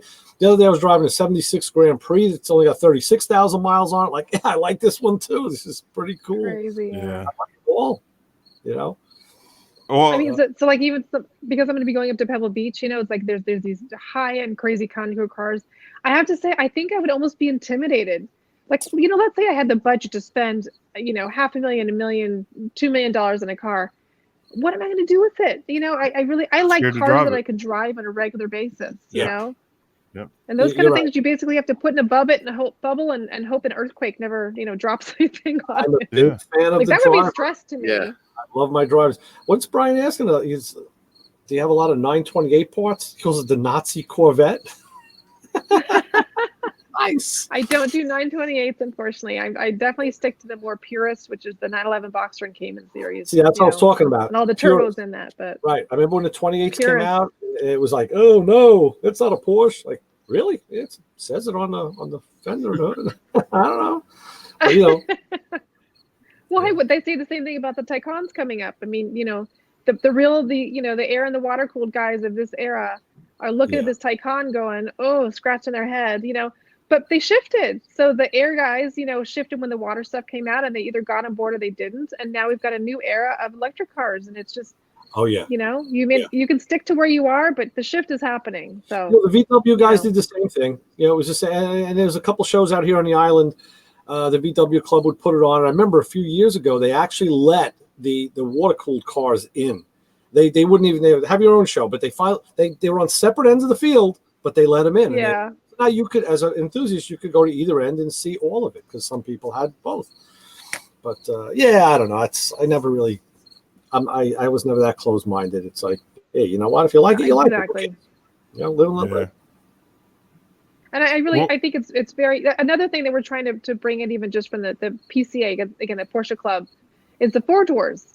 So, Porsche was really in the forefront of getting all of those high-end 4-doors, into the market. And for a car company that really is known for motorsports and racing and all that, to bring in 4-doors was like, oh my gosh, hit yourself in the head. But now, I mean, that's the king of what their company is doing. It's a huge portion of their market. But it's a nice looking car too. BMW did that years ago, though. I mean, they've been doing that for a while. Mercedes too. That's true. So you follow the lead. You look at what the other guys were doing. Those cars. Mercedes is more sedan. I don't know if I consider them as sporty. Right. Remember, Porsche was the BMW first. was kind of in that happy medium of sporty sedan. Yeah. Right. Now, what do you think of that 4-door Porsche? Have you really got into one and drive it? Well, so there's 3 different. So you've got the Panamera, which is kind of the more executive, luxury. I want to say in the same kind of aesthetic as like a Mercedes or a BMW, so forth. Beautiful, very luxurious. I saw one today with the most amazing rims and some really cool features. Oh, my headset's about to die. I can switch out. And then the Cayenne and the Panamera the Cayenne and the Macan. They're amazing. I mean, it feels like you're driving, a sports car, but it's an elevated, bigger version of it, and it tackles the road really well. Yeah. Yeah. Yeah. I need to play with one of those. Yeah, we had a Panamera at the shop, and the back of that car is huge. Jeez, I opened the door like this thing you could live back here. That was a lot of space. It's a cool car. Now, I always say it wrong. Is it Cayenne? Is that pronounced right? You'd have to ask Sarah. Because Or I probably say everything wrong. what's the correct way of saying that? Cayenne? The Cayenne, yeah, just like a cayenne Okay. pepper. Okay. You know what? Off topic, I thought of another question real quick. We got Porsche's high end. So, who like some of the celebrities that you've had the pleasure of dealing with, whether they came into the yard or they called you on the phone, like Jay Leno. I mean, any names come to mind? Yeah. So, geez, I'm trying to think. I remember Superman dropped off some cars, and I was Chris. I can't think of what his name is, but I Christopher Reeve. that Reeve. day, and they're like, no, not that Superman. No, We're old. Sorry. Yeah. It wasn't Superman then. The newer version. I'm trying to think, but he he randomly was driving by and he dropped off some parts. We've had. Oh wait, Oh my God. Dean Cain. Is Dean Cain? That's from Michael Harding and Not Brian Dean Cain. Matko, man. Or sure would it be a Batman, the newer Batman, not Superman? Was it Batman? Okay, now I'm forgetting. Now my memory is There were aging more me. Batmans than there were Superman. That's for damn sure. It'll come to me. I'm trying to think of who else. We've had so many celebrity things. We had Mike Tyson's car back in probably 15, 20 years Yeah, ago. he bites the side view mirrors off, I heard. Now, what was it? A convertible? I believe it was. was I Mike can't remember Tyson's car what a the car convertible? was. I believe it was. Yeah, it was a turbo convertible, if I remember correctly. You know the Yep. car, Lewis? Yeah. He used to live in Southington, Ohio, which is not far from me, like maybe 20 minutes. And one day I was at a car dealership dropping off some cars, and I'm looking at this Porsche, and I'm like, man, this is pretty nice. $70,000 hardtop. So later on that day, I'm sitting at a light, and he's across from me in a convertible. I'm like, and the first thing caught me is the car. I'm like, man, that's a convertible. It's got to be $100,000. You know what I mean? And then he pulled up next to me, and it was him. Wow. Wow. Very cool. It was He's blue. a very recognizable man. Yeah. Yeah, you can't miss him. Especially now, yeah. hard to miss him. Yeah. Yeah, it was like a grayish blue convertible. Wow. I mean, and in terms of celebrities for me, so you're thinking, so I live near Hollywood, so celebrities are very much a commonality out here. I don't really, David Hasselhoff shops at the grocery store I go to, it's a very common thing, where I live. But so like last week I was in Boca Raton, Florida, and I was at a PCA. It's called PCA Parade. It's a week-long event that travels around the country and it bounces, across, sometimes the East Coast, sometimes the West Coast. And so I was there talking to the president of Porsche North America, Klaus. I mean, it was an amazing, to me, that's a celebrity sighting. Like, I was so impressed. Yeah. I also met Oliver Bloom, who's the president of Porsche AG, which is Porsche in Germany. And I met them at the LA Car Show when they were introducing the 992. So, celebrities in the Porsche world are sometimes different than celebrities in the entertainment world, I'll say. Right. There's tons of people that drive Porsches, Yeah. celebrities that we've done business with and so forth. I'm trying to, there's bands we've had tons of filming in our shop. We've had songs they've done recordings. We've had photo shoots with models for magazines and a whole plethora of stuff. That's really cool. Oh, and even Californication. I don't know if you watched the show with David, whatever his last name is. I can't think of that. Whatever but he drove a chocolate brown Porsche in that. We gave him that car. I don't even the show's on the air anymore. But we've gotten a lot of cars from entertainment where they've put them in a show and those cars had the end of their life, and so we've taken them. We've given cars to shows, all kinds of stuff. Nice. That's cool. So what's in the future? What are you looking at down the road for the business? It's just, just as I said, so I go all around the world, going to different events and meeting different people. This last year I was in Dubai and I was in Australia and I was in Europe many times. Just constantly meeting the community. And I love getting out there. And it's just, as I said, so the social media world, opening it up, it's just, if I'm going to go travel something, I go on there and I'm looking for, who in my list is living here or there, wherever, and we connect and we meet. And I mean, Dubai was one of the most interesting ones because I don't know if you've been there. The car culture is sick. I mean, it's just crazy. You go to the mall and I mean, supercars I've never even seen before, never even heard of before, just kind of sitting outside the mall. And so I'd go there with these people with the very traditional clothing and their white, gowns and so forth. And they sit down and they have a conversation. And this guy was just staring at me. And I'm just having a normal conversation. He's like, I've never talked to a girl about cars before. Wow. And I love that. I like to blow people's minds sometimes, Yeah. That's cool. Let alone That's awesome. from America. Yeah, that's crazy. That's great. That's funny stuff. Yeah, I've been contacting some people in Dubai. I'm trying to get. I book celebrities for car events, and I'm trying to get people over to Dubai. Yep. Can Lou drive there? Yeah, You can't get there from here, I right? don't know. We gotta fly him. I didn't think What so. we gotta do is we gotta drug him. a long flight. We'll drug him up. Wait, does he not like to Yeah. fly? He Yeah, can't. well, he he has, gets blood clots. Wait, he's what? I'm sorry? He gets blood He clots. gets when blood flies. clots, so he has to thin his that blood. definitely So changes things. yeah, he drinks a wow, lot okay. before he flies. There's So a- we'll get him over there. Interesting. Okay. I've been seeing this mashup of Mr. T. Apparently, he didn't fly either. So there's a mashup of every episode where they clocked him on the Drug head or him. knocked him out. Yeah, I remember that. It's pretty funny. It's been playing somewhere. I've been seeing it recently. I don't remember where I've been The seeing A it. team. I ain't getting to know a plane and Yeah. clunk. Yeah. He's in a plane. That is interesting. I don't know if that would change the blood clot problem, but No, probably it not. definitely change any anxiety. He's Yeah, I don't waking up think- with a headache, but Yeah, other than that, Mr. T probably wasn't a blood clot issue, but yeah. Because I think the blood clot thing is that you have to keep walking in order for the blood clots not to pool, right? Isn't that part of it? exactly. You can't sit for extended Exactly. periods. Yeah. So I don't think knocking out is Well, going to be the best solution everybody for that. drives, so driving, you're sitting for long periods. I guess it's probably the pressure. Maybe the cabin pressure does There's it. the pressure. I think Yeah. so. Yeah. Oh yeah, it is. Yeah. Yes, yeah.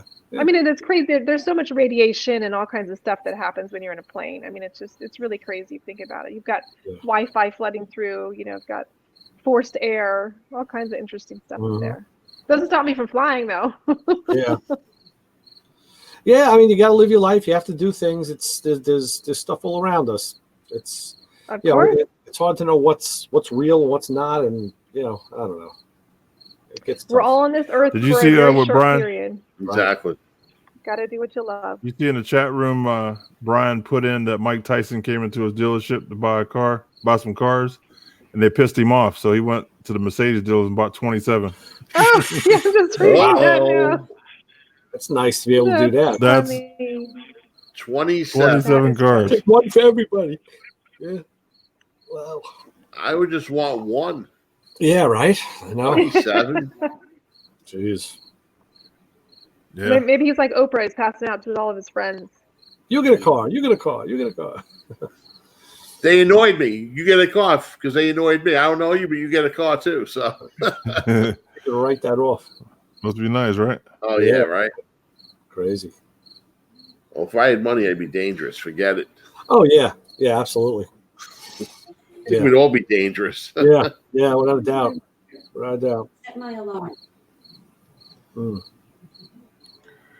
We lost Sarah again. You know what? Maybe we should try to get her on one more time, and we should sign off then. But Here's a reminder. here she is. Set my alarm. Alexa, stop. Sorry. Talking to Alexa. Alexa. Yeah, Alexa's talking too much over there. My phone battery No, finally, Talking too much is gave not an out on me, Amazon so. Echo. By the way, I'm not sure we've met. You can introduce yourself to start personalizing your Alexa experience. Alexa, Would you stop. like to try it? She doesn't know No. yet. Damn. She doesn't give up. Alexa, stop.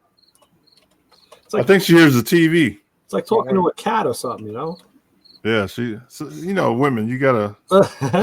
You gotta what? Wait, you gotta what? Yeah, Whoa, I You gotta just just- You gotta let them just talk. That. Yeah, but Oh yeah, let him just talk. That's a good one. Yep. See? Good strategy. That's when you sit back and get very quiet. And you Yeah, just let her go. all unfold in front of Just you. let her go. Let her do her thing. Yes. We're telling you, just say yes, dear. Yes, dear. Yep. I'll be married 25 years in November. Congratulations. Thank you. I know when not to say nothing. I know when I've said too much. I know when to back up. Yeah. That's a good relationship then. Yeah, Yep. she's in charge, and I just play along. That's the way it goes. That's funny. Yeah, we're on our 25 this year too. Wow. October. Yep. Yeah, you make me- October what? 13th. I'm November 5th, so just a few weeks later. We got married on Friday the 13th. Oh, geez. You know, That- And it wasn't that I was scared of anything, but it was the halls were cheaper. I'll tell you what, I got married on Mother's Day, and it was the same thing. It was like we got a break on the hall. We figured, hey, all the mothers are going to be there anyway at the wedding, so Yeah. Hey, I got married on a Sunday. I hear you. I was definitely a discount from Saturday night. Yeah, man. I did the same thing. I worked for Villa Russo and Russo's on the Bay. Now, Ray knows Russo's on the Bay and Villa Russo. They have two big catering halls owned by the Russo family. Everything is top notch, top shelf, first class all the way.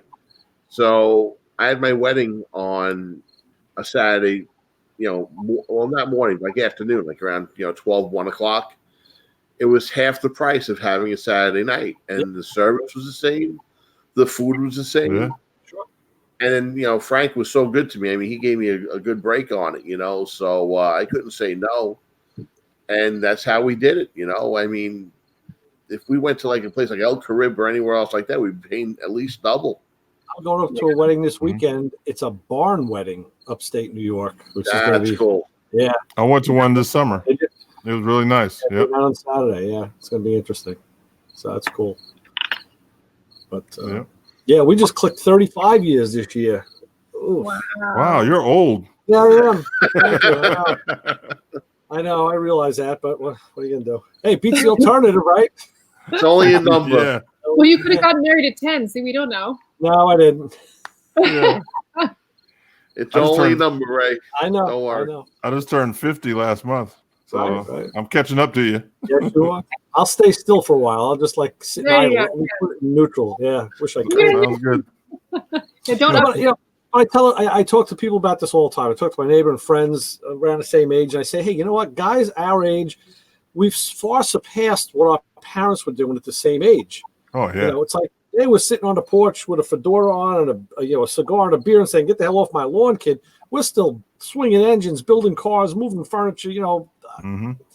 I made a junkyard run two junkyard runs yesterday. It was like, geez, man, I'm hauling garbage. I'm hauling steel and metal and batteries. Like, my back hurts today, but yeah, I don't know what it is. I wonder if the generation after us, if our kids are going to surpass us. Well, my son. Yeah, my son's 25 and he's making the same amount of money as I'm making right now. Wow, good for him. He's been out of college 3 years. Well, I will say this: your son is an exceptionally bright and intuitive human being, so I'm not surprised, and good for him. I'm glad. God bless him. But you know what though? Most kids aren't like that, unfortunately, though. So that's a big part of the problem. Most kids aren't like Lou's son. Appreciate it. I appreciate it. He's a smart kid. God bless him. Mm-hmm. Yeah, he's no joke, man. He's on fire. Got married and lives in a nice area, and he's doing his thing. Looking down at Never you, been in trouble. I'm just kidding. Said he's looking down at you. Yeah, I'm trying to borrow money off him. I'm like, bro. I'm like, listen, you better get me a good Christmas gift because I know you got the money. Isn't that what we're supposed to do? Is that we raise them to the extent that they can start taking care of us when we get older because we took care of them for 20 years. Yeah. So that's right. People ask me all the time, hey, how are the kids doing? I'm like, well, my older daughter, she's scrapping and fetching. She's got a master's degree, but she still is like fighting. And she liked to get out of state so she could make a mark. I said, but the younger one, she's in school still. She's in college. She's a designer.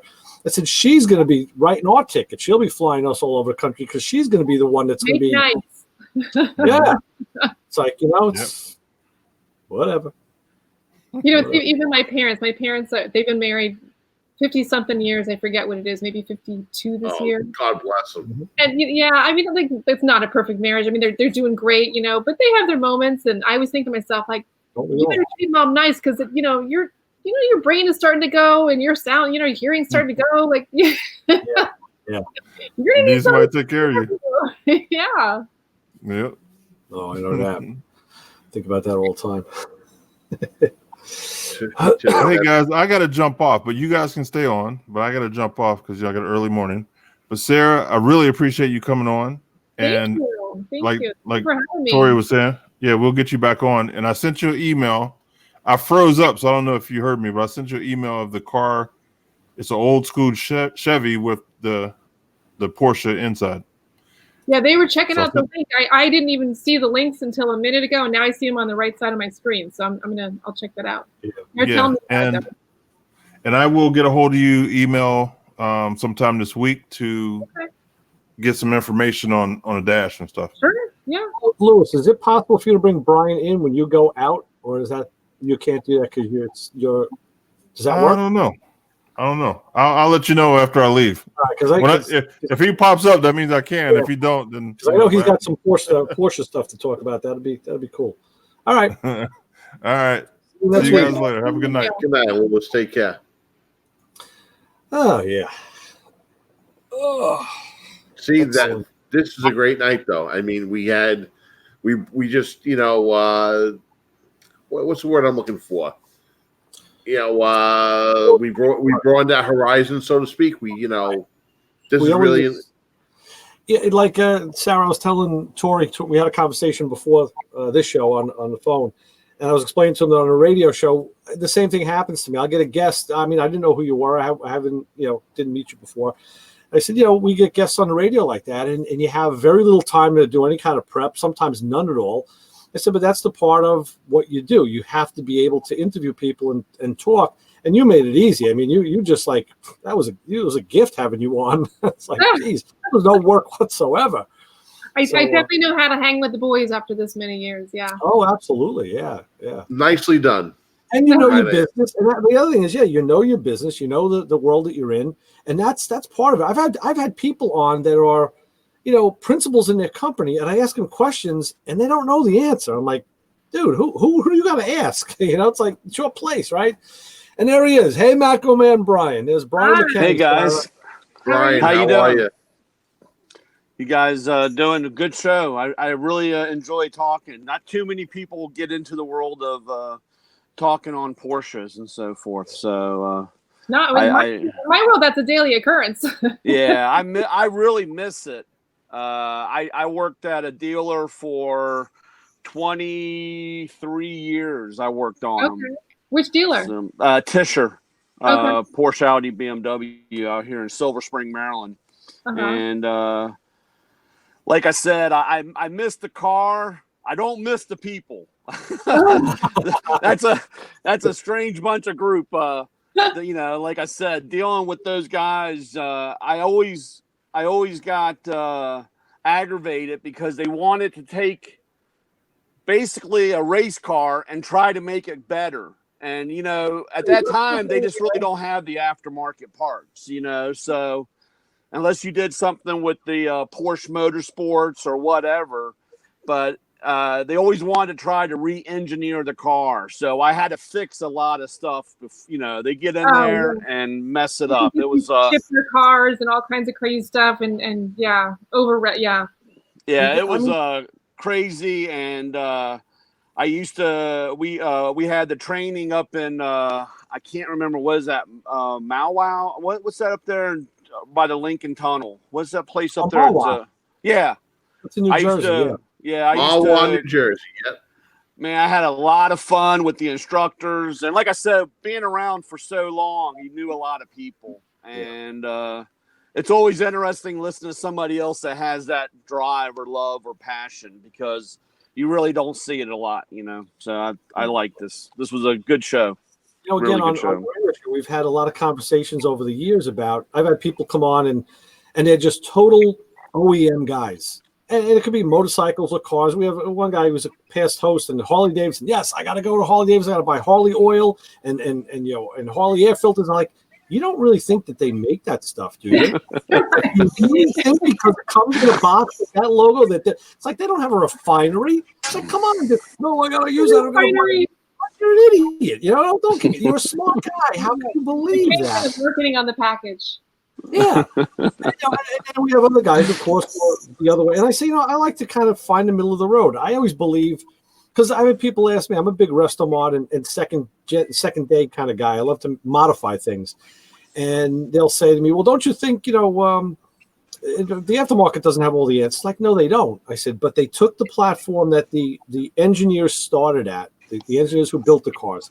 And those guys are pretty damn smart. And the systems are good. Now, it could have been just, as a driver, a passenger car. I said, but then the aftermarket came in and took a component like an intake manifold or a cylinder head or a suspension component, and they took it from there to the next level. I said, and I appreciate what they do because they expanded on what the first group of smart guys did. I said, so that's why I like to use both, and that's it. You want to argue from there? Have at it, but. Yeah, I'm just going to add that Lou would actually lower it. Well, Porsche's already low, so I don't know if he can lower it anymore. You definitely cut it up and mini tub it, but then again, it's I've already got a fucking attitude because of that. So, North Island Parkway, yeah, my little neck, that last dip, geez, got me. But yeah, I don't know. So, Brian, you got a ton of parts. You're saying you got a bunch of. Oh, I've got tons of parts, and.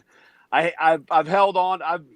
It's been 18 years since I've when I left the dealership, because I've been doing Matco now for 18 years, and I've just got so many parts, and I hate to throw them away, and I don't know what to do with them, and put them on a pallet, send them to LA. No, you can I'll take them. It's amazing, and you go back and when you were talking about eBay. I was selling because I was also used car prep. So we would get a used car, and the manager did not like anything except OE. So I would pull everything off. If it had an off-road exhaust or, everybody wanted to put a different stereo in or whatever, I used to pull all that stuff off, and they would just say, throw it away. Well, I would put it on eBay. And it was so funny because all that stuff went back to Germany. Wow. And I had a guy that kept buying. He finally emailed me and said, don't put it on eBay. Just tell me what you got and I'll send you the money. And I said, well, why do you guys want it? Because we would put Euro headlights in ours. Oh, yes. Uh-huh. Well, they would want to make it USA style. So they would want to put USA stuff. It's a full circle. Yeah. Right, the DOT stuff. And I'm like, well, we don't want that garbage here. And I can't tell you how many headlights I sent back to Germany because they wanted to look like our cars and we wanted to look like their cars. It was ROW, rest of the world. Yeah, it was crazy. And because they want to look different because they all have the Euro headlights there. So they want to be the oddball out. It goes to show you that car guys will never be happy. Yeah, it was crazy on how much I sent back to Germany. And I just laughed because it was a pain in the butt because, shipping it and going through customs and everything like that. But everything went back to Germany. It was really weird. I still have a cache of Punk stereos that my brother had taken out of the cars. Tucson's, what the heck, I'm trying to remember the names. But the radio, the heads, the equalizers, speakers, I got a whole ton of that stuff that's, ancient. Send me a list. I got a guy from the PCA club. They're looking for that stuff to put back in the cars. Oh, okay. I will. Yeah. There's a section of the different, they all have like different cities. There's like a Monterey radio, and I can't think of all the other ones. But yeah, they all have that, there's some real popular ones. And I actually had I had a Fiat years ago, and I actually had a full Blaupunk system. It was an Aspen. I had to get an Aspen in the dash. I had the EQ in the glove box. I had the speakers. It was all, and I had the Blaupunk amp, the whole 9 yards. Cause he was taking them out of cars, bringing them home, and I was throwing them into just whatever I was driving. Yeah. That's awesome. And now all the radios, it's all about like the Bluetooth and the add-ons and the AirPlay or CarPlay and Yeah, I don't do that. Yeah, back in my days, everybody had to have the Super Tuner 3 or whatever. Right. Pioneer. And Yeah, the Pioneer, and they would come in, and I would say, why do you want to put this in here? Oh, it's a far better radio. I said, no, it's not. And, but, they paid me. I took it out and put it in. I remember back in the day, too, the Blaupunks were known back then for not having the greatest reception in the world. Maybe they tuned it good in Germany, but not here in New York. They did. No. And you put a super tuner. That Grand Prix I was driving, the guy found the guy that my buddy bought the car from found an old unused in-dash Pioneer Super Tuner cassette deck. It looked right at home in there. Put a set of 6x9s in the back, and his console was filled with disco tapes. I was with disco tapes the other day. I was like, this is cool. Yeah, that's crazy. Yeah, it was crazy. That was crazy. And like I said, that stuff, and I dealt with Oklahoma Foreign. I don't know if you ever heard of them. Sure. Yes. And that's where we got all our parts from when we had to do used aftermarket or what, not aftermarket, but used OEM. And we did a lot of buying from them. So, and I guess he's still around. I don't know, but yeah, and I still talk to him every now and then. Good guy. Yeah. I thought of you today, Brian, because we saw a Snap-on guy. And he had these new. I bought a little. I don't buy all the lights. I don't spend that kind of. But it was a little pocket light it was $20. I said I'll take one of those. And he says, "Oh yeah." He goes, "I'm surprised there's any of those left." I'm like, "Really? They sell out well?" He goes, "No, the Audi guys. He has a dealership." He goes, "They buy up everything." I was like, "Well, really? They're that big on lights?" He goes, "No." He goes, "They're just a bunch of kids." I'm like, "What do you mean?" Because this light, it'll give you an LED, a big LED beam. It'll give you a pinpoint, and then it gives you a red laser pointer. He goes, "They're laser pointing each other all over." I'm like, "What are they, 12 years old?" He goes, "You'd think so. These are all grown men that work in an Audi dealership, but they got to play laser tag." I was like, "Oh, that's jeez." Oh no, it's because of the laser pointers and play with the cat. They go nuts. Oh, that's what I do when I came home. Yeah, I'll play with the cat. Yeah. That's funny. Yeah, it was funny. Yeah, funny stuff. I'm just looking at the clock. They're gonna probably throw us off. Minutes. What time they throw us off? Like around 11 o'clock. We're getting close to it. Yeah. Okay. Stops, yeah. So in a couple minutes, if you want, we'll wrap it up, say our goodnights and stuff. And Sarah, for sure, I will. We'll get you scheduled for sometime in December. Okay. After SEMA, after PRI, Lou won't be traveling then. Then you get the chance to meet Lou, and he missed a great show. I'll tell him so when I talk to him. I'll reach out. We'll get you on the radio show. We'll see if we can get you on there in about next month because we're booked a little. Tori will send me the info, and we'll have some fun. Well, thank you guys. Appreciate it. Yeah, it was awesome. It was great talking to you. Yeah, and, nice to meet you. Brian, the only other thing that could have made you happy was if she had a Mustang, Yeah, man, you're telling me. Right? Okay, I did have a Mustang back in the day, but it's too squirrely for me. I'm sorry. Like I used to live in the canyons, and you get a little rain, and the whole rear end shifting out. I don't know. It just wasn't. They were light out back. Yeah, the Mustangs. That's for sure. Brian, I wanted to ask you before I was going to reach out to you. We were talking a while ago about some battery-powered stuff. You're going to see if you could. I'm still in the market. In the market because I feel bad. I keep using the other guy's stuff, and I've been using a lot of my pneumatic stuff. I feel bad about always grabbing his tools. I'm working right now, Ray. I'm working with a guy that wants to trade in all of his 12-volt stuff, and he wants to upgrade to the 14 stuff. And a lot of its stuff is very clean. I mean, it's not really beat up or trashed. Right. And it's all working. He just wants to move up to because he got a couple things that were 16 volt, and he didn't want to have 2 chargers and all these different batteries. I can see that, yeah. So I'm working on him to trade his stuff in for the replace what he's trading in. Right. And so I'll have a handful of stuff there. And also right now, I'm rebuilding 6 or 7 different pieces. I'm trying to get something together so I can say, "Hey, I got a great deal for you." Okay. How does that stuff stand up against like the 14 volt and is the 12 still a good contender? Yeah, the 12 is still good, and the only difference is is that it's the amp hour of the battery. So that the 16 just lasts longer. It's not any that there's any more power or any more whatever speed. Well, there's a little bit more speed difference in RPM, but it's more or less just the amp hour of the batteries. Okay. And you know, the way I'm working, I'm like a part-time player over there, so I'm not using it 8 hours a day, so that's fine for me. All right, yeah, keep me in mind. I have a lot of the trade-in stuff I had, and that's what I use is just the 12. And like I said, I'm not every day, just every once in a blue moon I'm doing something, and that way. But I was really resisting it, but now I go to his box, I reach for that air ratchet. I'm like, instead of taking out the Mac, it's kind of nice. He's got he bought a long 1/4 inch. I'm like, wow, that's kind of nice to get in there. I kind of like it. Yeah. The only real problem though, it does not last as long as the air tools.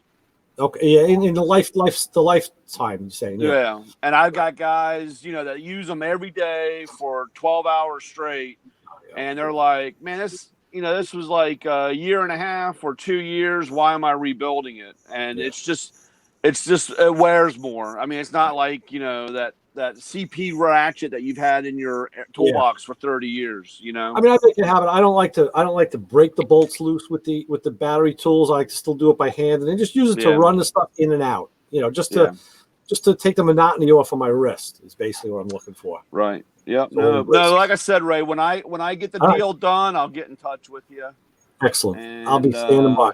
Like I said, if anybody ever needs anything, all you got to do is give me a call and I'll help you out and shoot you a deal. I mean, that's not a problem. I was talking to a buddy of mine in the body business yesterday. We haven't talked in a while, and he used to rebuild the pneumatic stuff. So we were talking about this and that, and he brought up Matco. He goes, "You got a Matco guy?" I said, I do have a Matco guy. I said, "He's in Maryland." He's like, "What?" I'm like, "Yeah." He sent me stuff. Yeah. He's like, "You have to tell me about that someday." I'm like, "I'll fill." Yep. No, I send stuff out all over the place, and like I said, any way I can help anybody, I'm here to help. So, Excellent. And Sarah, if you want a whole bunch of parts, man, I've got so much stuff for you. It's unbelievable. Okay. Yeah. I don't know. I mean, I just don't know what to do with it all, and I hate to throw it away. So it'd be good to clean house. There's a dismantling yard that's close to me that he's done. He's retired, and he was trying to sell all his inventory. And there's some people that want to buy some things. It's not really all my market, so it wasn't something I was necessarily going to move forward with because he does a lot of other 924, 914, a whole bunch of other models that I don't deal with. And I'm listening to him and he's saying, well, what I can't sell off, I'm going to have to throw out. I was like, that's a shame. Yeah. What you can't move every tiny little nut and all that, and I mean, like right here.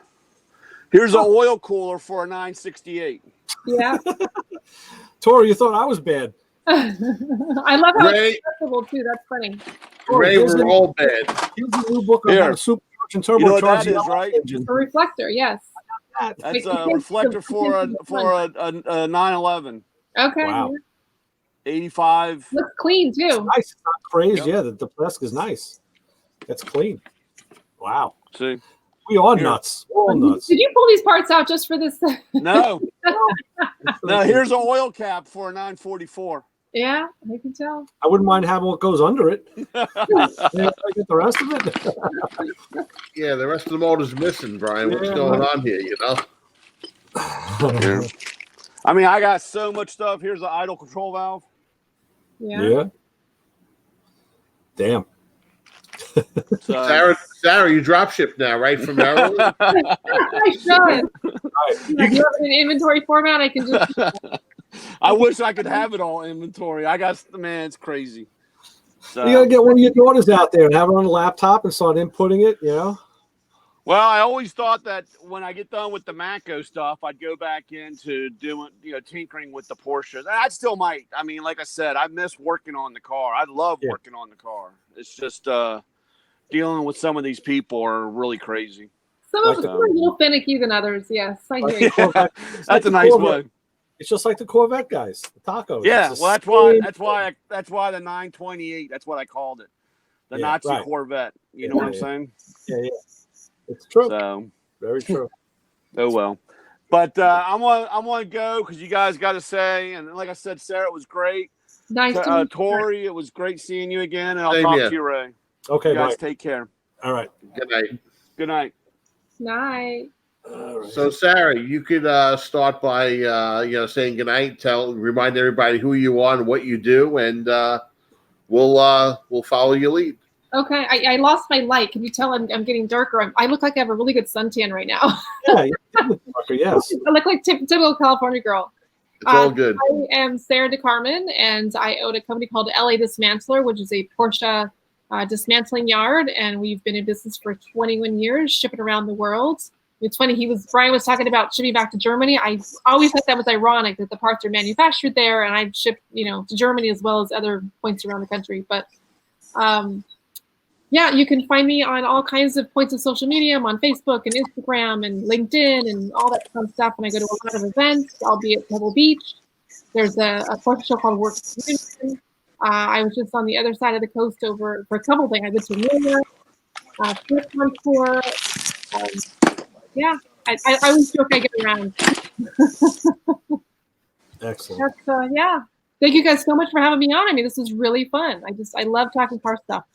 It's a pleasure having you. And your link, I just put your link for your website at the bottom. So if everyone who's looking for Porsche parts, make sure you give Sarah, reach out to her, give her a call. And the web address is www.ladismantler.com. Be sure to go there. See the show after, or is it that once it's done with the live version, it's done, or how does that work?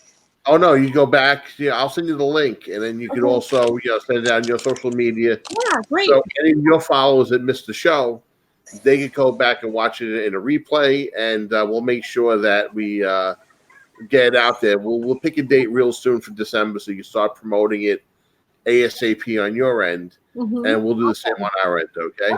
Cool. Excellent. Sarah, it was great seeing you. Thank you so much for spending part of your evening with us.